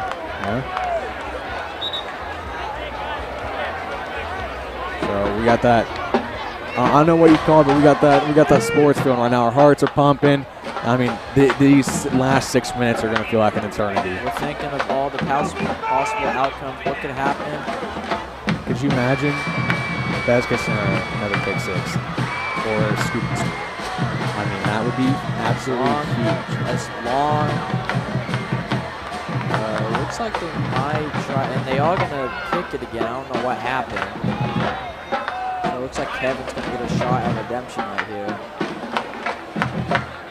Also, shout out to my teammates, Chase Cardarello, Carson and Blake Jensen. They just went on a visit to Sterling College, Kansas, and then went to a Christian school in Oklahoma City. Well, you're talking about their visit. Let's talk about yours. Oh, my visit was amazing. Yeah. Talking to Coach Broomfield. Northwestern State, a pretty good school in my opinion. I had feeling I was talking about. It would be interesting to see what Yeah, dude. Long time. Varsity version taking over commentary next year. Here comes Kevin, though. And Onside he goes for kick. and that's going to go out of bounds, so doesn't matter, another flag. You know, the onside kicks don't always work. It wasn't necessarily the greatest idea with this much time left. You just got to think of the special teams coach. You know? Yeah. Special teams coach. Yeah.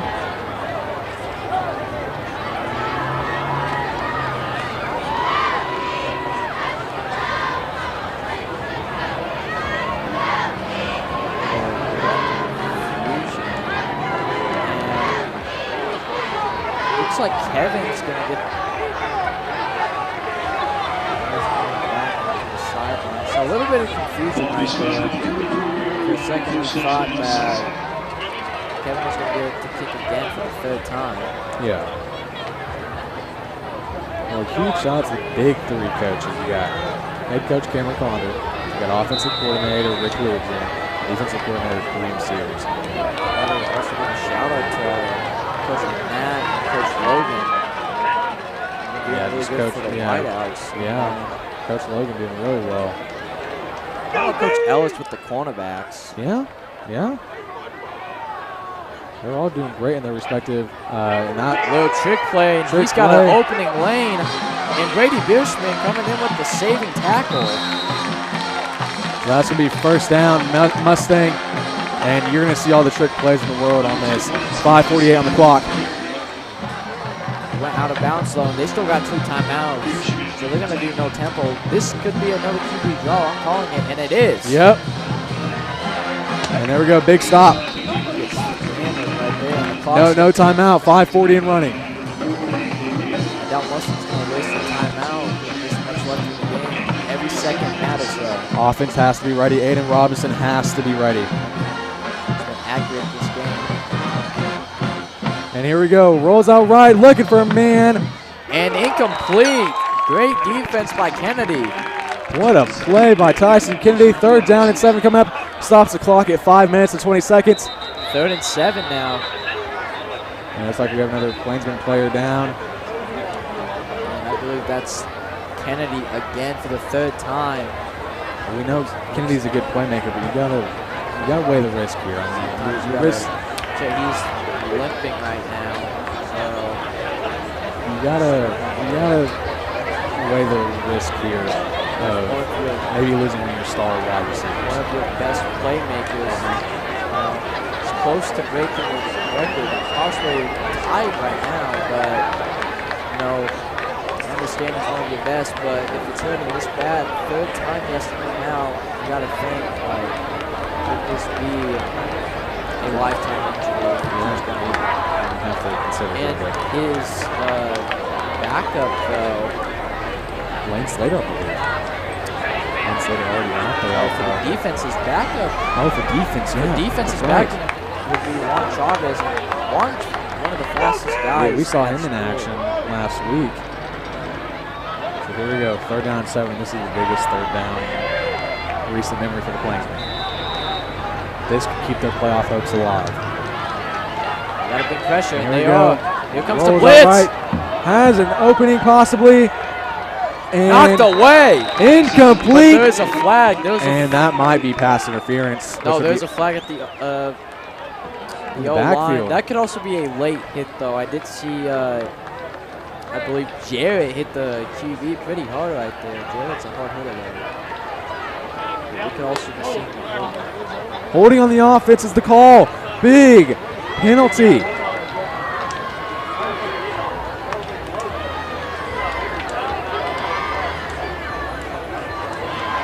So that's going to push them back 5 yards for a 3rd down and 12.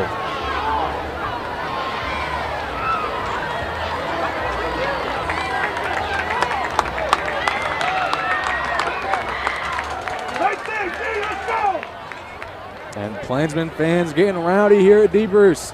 almost 5 minutes left in this game.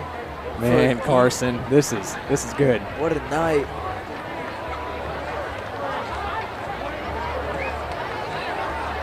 Next week for let's talk about some other sports. Volleyball. Good season so far. They're regionals right now. Miss Broncos out there. 21 regionals right now. But fake step back. Looking deep. He might be picked off, and no, that's 4th down and 17 coming up.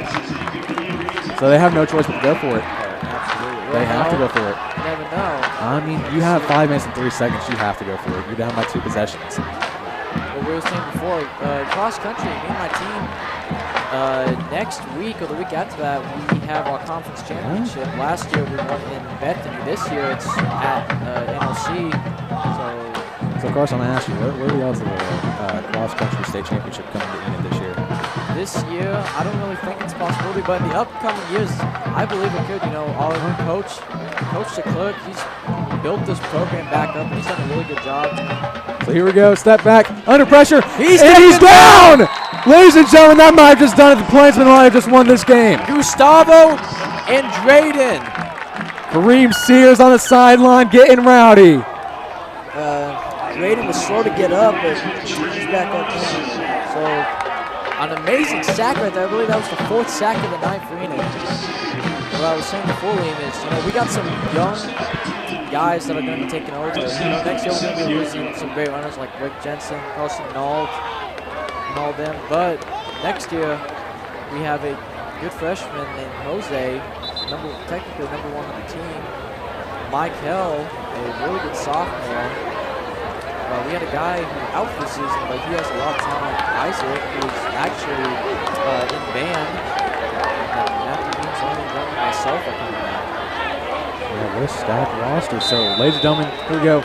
1st down and 10 from the Mustang, or from the Enid 47. 4th and 55.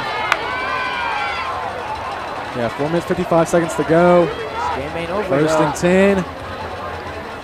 It's the confidence. And steps back under pressure. Might have an opening. Almost caught. Incomplete. Zayu's asking for a flag. Pass intended for Zayir. Just a little bit underthrown. That could have gone. That would have ended the game right there. I'm pretty sure Aiden has a little. You can see the sleeve on his right arm. He's getting through it. So you have 2 to the left, 1 to the right. Desmond to the right. You got Lane and Zaire to your left. Carmona right behind you. No TK or Keon Young. So Robinson. And miscommunication, changes the play last second. And he's just going to take the sack. He's just going to take a knee. And Robinson takes a knee at the 39-yard line. So that's going to be 3rd down and long. That might be what the Broncos need. Timeout Mustang. So now they have 1 timeout left. So the Plainsmen at 1, Mustang at 1. Carson, I mean, we have a game on our hands, but that was not a great play. It's 3rd down and 18. I don't think Oklahoma football in general thought we would have a chance to beat Mustang. I'm not going to say we've beaten them until it's 0-0. Yeah, we still have a little bit to go. I told you guys, this last 6 minutes we're going to feel like an eternity. And we're only at 4:30. This is not a movie, though. No. This is real life. Yeah, If Enid wants to win this game, they're going to have to put the best playmakers in. That means Keon. For me, I think we should still keep TK out, especially if his leg is. But we know TK. He's going to try to fight his way. Whatever it takes to win this game. But if the defense does come back out on the field, you need your pass rushers to get there. You know, the Russell brothers, Gustavo, Lucas Sears. So they're going to put Juan Chavez in, Desmond Middlestead, Zaire Allen. They're going to have Carmona to the right and Lane to the left of Aaron Robinson. 2 running backs. One's a wideout. Here we go. It's 3rd down and 18. We've seen this play before, but with TK. And runs a trick play. He has an opening. Speed. And it's going to nearly that. It depends if the ball crossed. And it's going to be 4th down and 10. I believe we should go for this. It's 4th and inches. It's going to be close. I don't know what the call is going to be here. Maybe try to go for the fake. They're calling it a 4th and 4 for some reason. It should be 4th and. We're going to call it 4th and 10.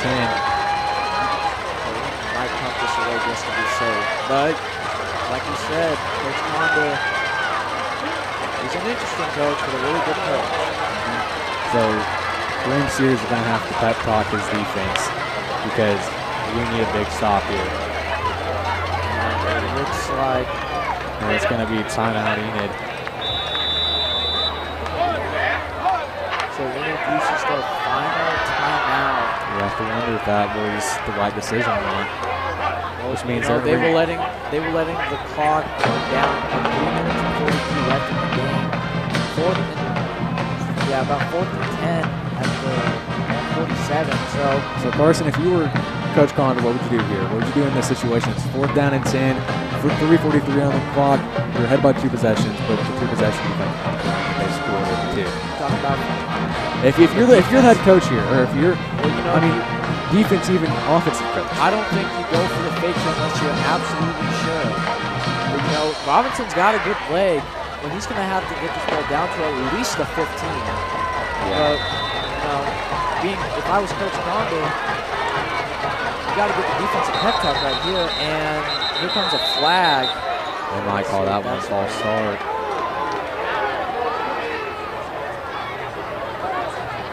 And it is false start on Enid.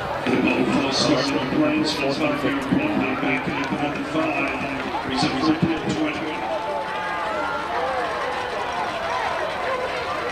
So definitely, if they were considering a fake, then definitely not going to happen now. 3:39 on the clock.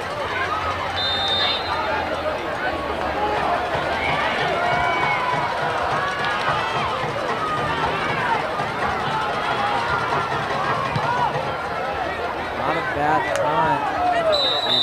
that was about to the 33, so not a terrible punt. Here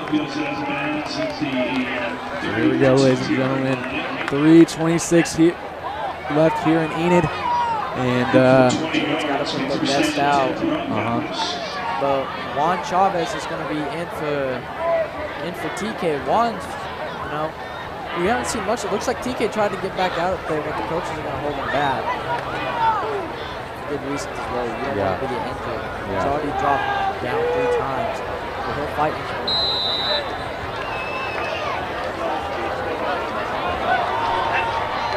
Let's see what Mustang's going to do here now. Limited time.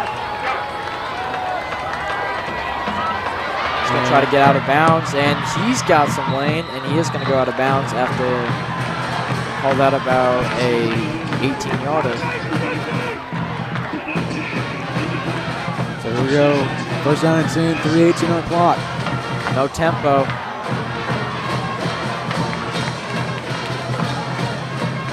And false start, and I think that was Enid, it looked like. they're pointing at the O-line, so let's see what the refs say here.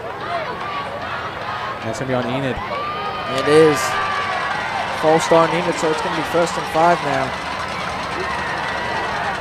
Mustang's if Mustang wants a chance, they got to score quick, but this is not the time for penalties. Enid's been good about the penalties so far today, though. They've been moving it pretty well. So steps back. And he faked him out. Going for a QB draw and takes him down. He's going to be short, and he's still in bounds, so the clock's going to keep running. We're going to get down to under 3 minutes at least. So that's going to be short of the first down. 2nd down and 1 coming up. Less than 3 minutes left. Mustang's got to hurry. And fakes it again. Has an opening. That one was caught. That was almost deflected by Brady. Yeah. So here we go. That one was not. That was first down, so clock stopped. Trying to tire out the Enid defense. And looking for an opening. And he's going to stay in bounds. So clock's still running down. Enid being smart and not letting him go. It doesn't look like any time ran off the clock. We have a injured Enid player, I think. The refs need to look at the clock because no time ran off. We have an injured player. I think that's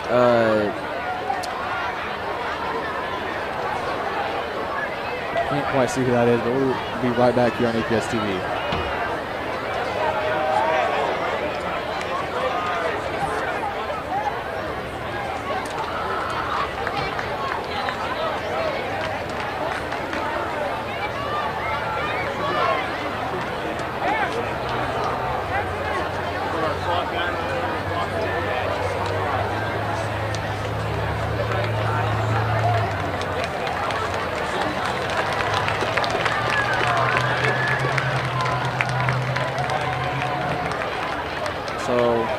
Hayes went down for a little bit, but he's walking it off. They're going to put him on the sideline a little bit.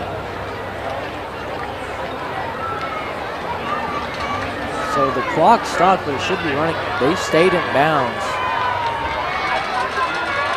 So I don't know why the clock's not running right now. No, it should be running. Clock is not running at all. And now it is. And they're going to stop him, still in bounds. 3rd down coming up. And clock is still going. Another. He gets back up. So the clock should still be running. Jesse went down for a little bit, but he got back up, so the clock needs to keep running.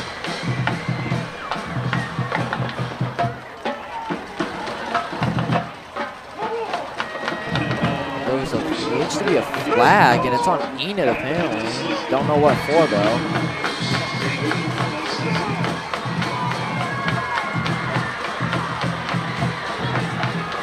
So here we go, 1st and goal for the Broncos. It rolls out right. Looking for a man. And another flag though. Only 6 seconds off the clock.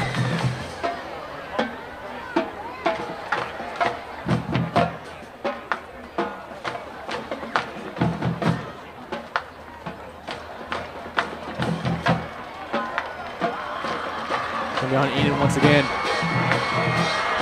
2:31 on the clock. Enid's got to hold him here. Looks to be a QB draw, though. And it is. He needs to read it. Touchdown And Mustang. I think he was down, though. It's touchdown Mustang. I thought he was down, but I guess not. So they might try to go for the 2-pointer, but you never know, though. So right now they're sitting at 29 points. So if they get this, they'll be down by 2. If they go for a 2-pointer, though, for a Block fake, would be huge. they'll be down by 1. Realistically, the Plainsmen have to get 1 first down and let the clock run. And that one it's is up, true. and I think he missed. No, he got it. Looked like he missed. So Enid's still up by 2. They have 1 timeout. Mustang has 1 with 2 minutes, 26 seconds. It should be lower because the clock stopped for some reason. I believe it may have been because of one of the flags, but here comes the Enid special teams unit. They're going to have to watch for the Mustang onside kick. Mustang only tried it once, but luckily earlier, Alvarado was able to recover it. I think what's Condor going to say to his guys? Tyson Kennedy comes back in. They're going to need him.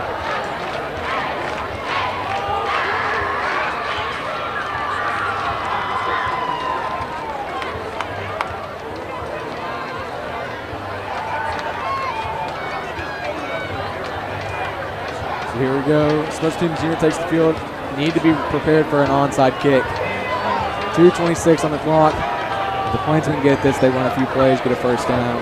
They can just kneel the ball, and that's game over.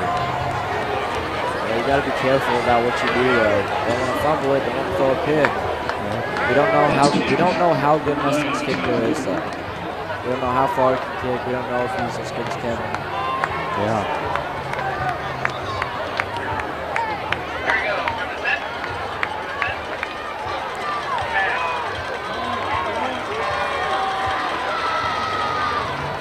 They proceed with a good pasture.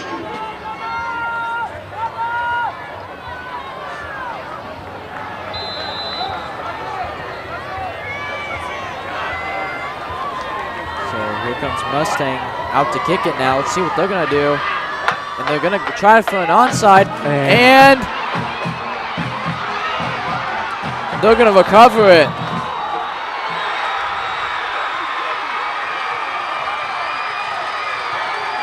Desmond had it in his hand, but just couldn't keep up with it. They tried, though.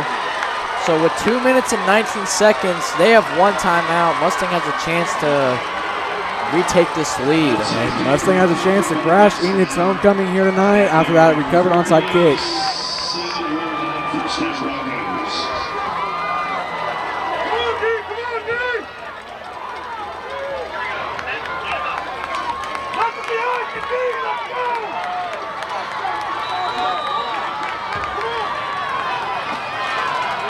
All right, here we go. Big first down and 10 for the Broncos.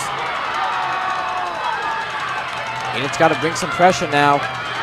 And another handoff with the running back. And running back's going to get some room to run. And they're still pushing. They got to keep him down, though. He might have the first. About to be 2 minutes on the clock. Enid's got to bring some pressure if they're going to want to win this. And steps back. Has an open man. First down, Mustang. Get him before he gets out of bounds. I think he got out of bounds.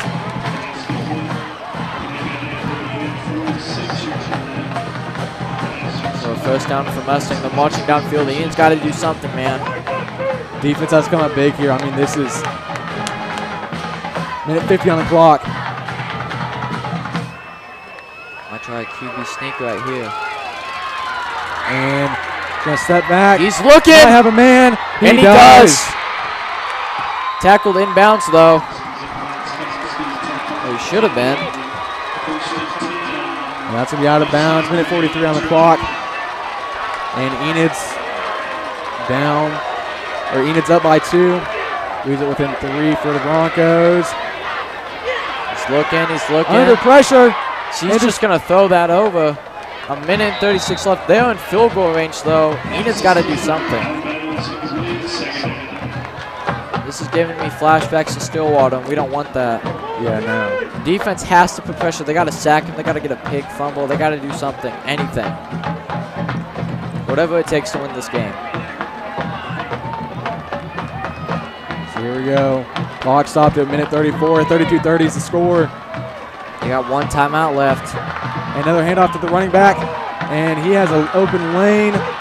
Gets him down, I believe, before the first down. So that's going to be less than 90 seconds. We have less than 90 seconds here in Enid. Mustang down by 2 with the ball on the 20. The ball on the 16, it looks like.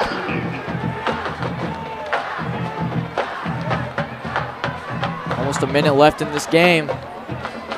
Mustang letting a lot of time run down. And he's going to try for a QB draw again. And he's going to go nowhere. They're going to stuff him. And that's going to be a 4th down. Carson, if they get the stop here. If they get the stop here. 50 seconds. But there's 35 seconds on the game clock. And I think Mustang called the timeout.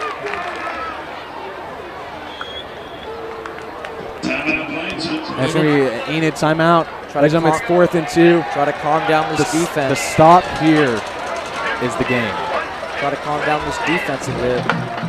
The defense gets a stop. It's game. Enid will kneel the ball, and Enid has upset the Mustang Broncos on homecoming. Mustang gets the first down. They're in plenty of field goal range, and Enid is going to have to do something.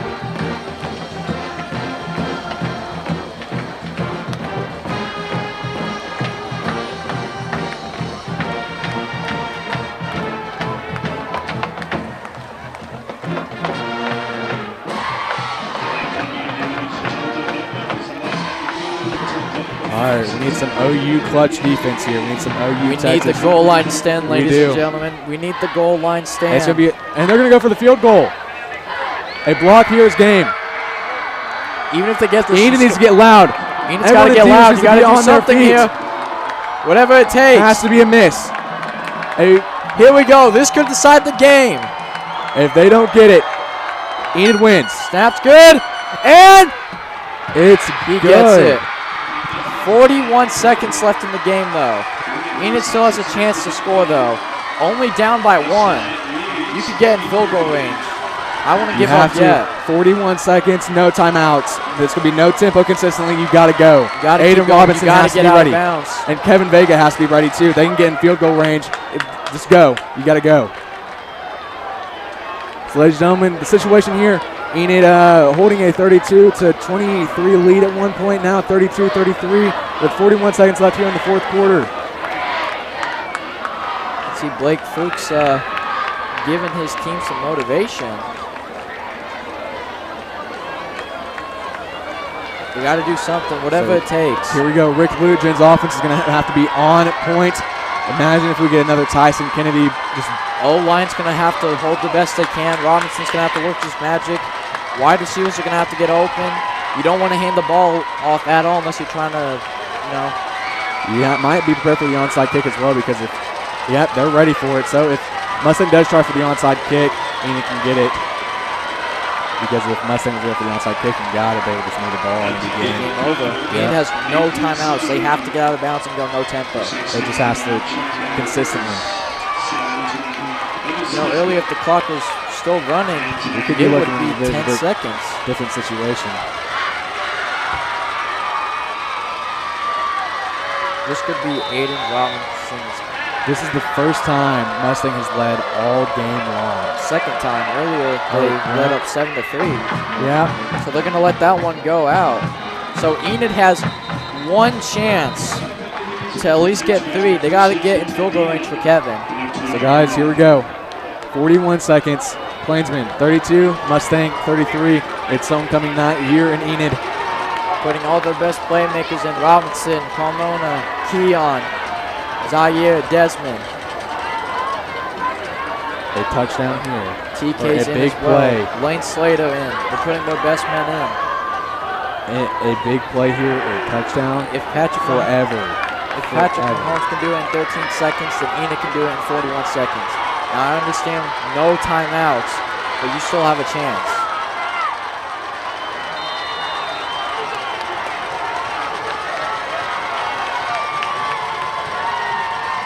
Robinson's going to have to work on his magic. There we go, he steps back. And has And TK. he's got TK. That's some good running room. That's a good start. He didn't try to go out of bounds. No tempo. Come on. Plainsmen need to get back. Plainsmen need to get up. 38 seconds now. Here we go. That's a good start that's a good start right there, though. And it was a first down, too. Here we go. He's going to have to snap this ball. Robinson's going to have to hurry. There it is. Steps back. And Robinson runs it. He's just going to run, get out of bounds. And that's going to stop the clock at 26 seconds. Plainsmen at about the 37. Enid's got to calm down, though. There's still enough time to win this thing.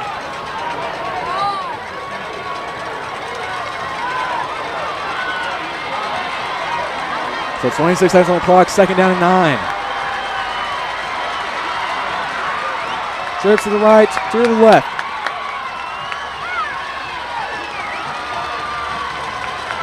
And here we go. Robinson steps back. Has Keon open. He's and going to they're stay gonna in get down. bounds. They got to 20 hurry. seconds on the clock. Got to keep going. No time to slow down. They gotta go. We They gotta go. go. 15 seconds. 15 seconds on the clock. It's rolling. Third down. It's Robinson's going going. to have to 10 snap seconds. it.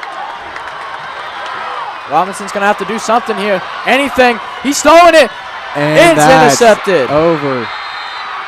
Mustang wins the football game.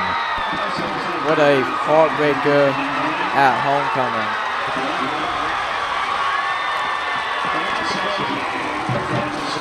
Well, ladies and gentlemen, what a tough game that was.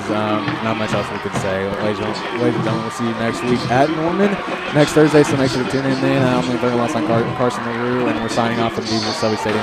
Good night.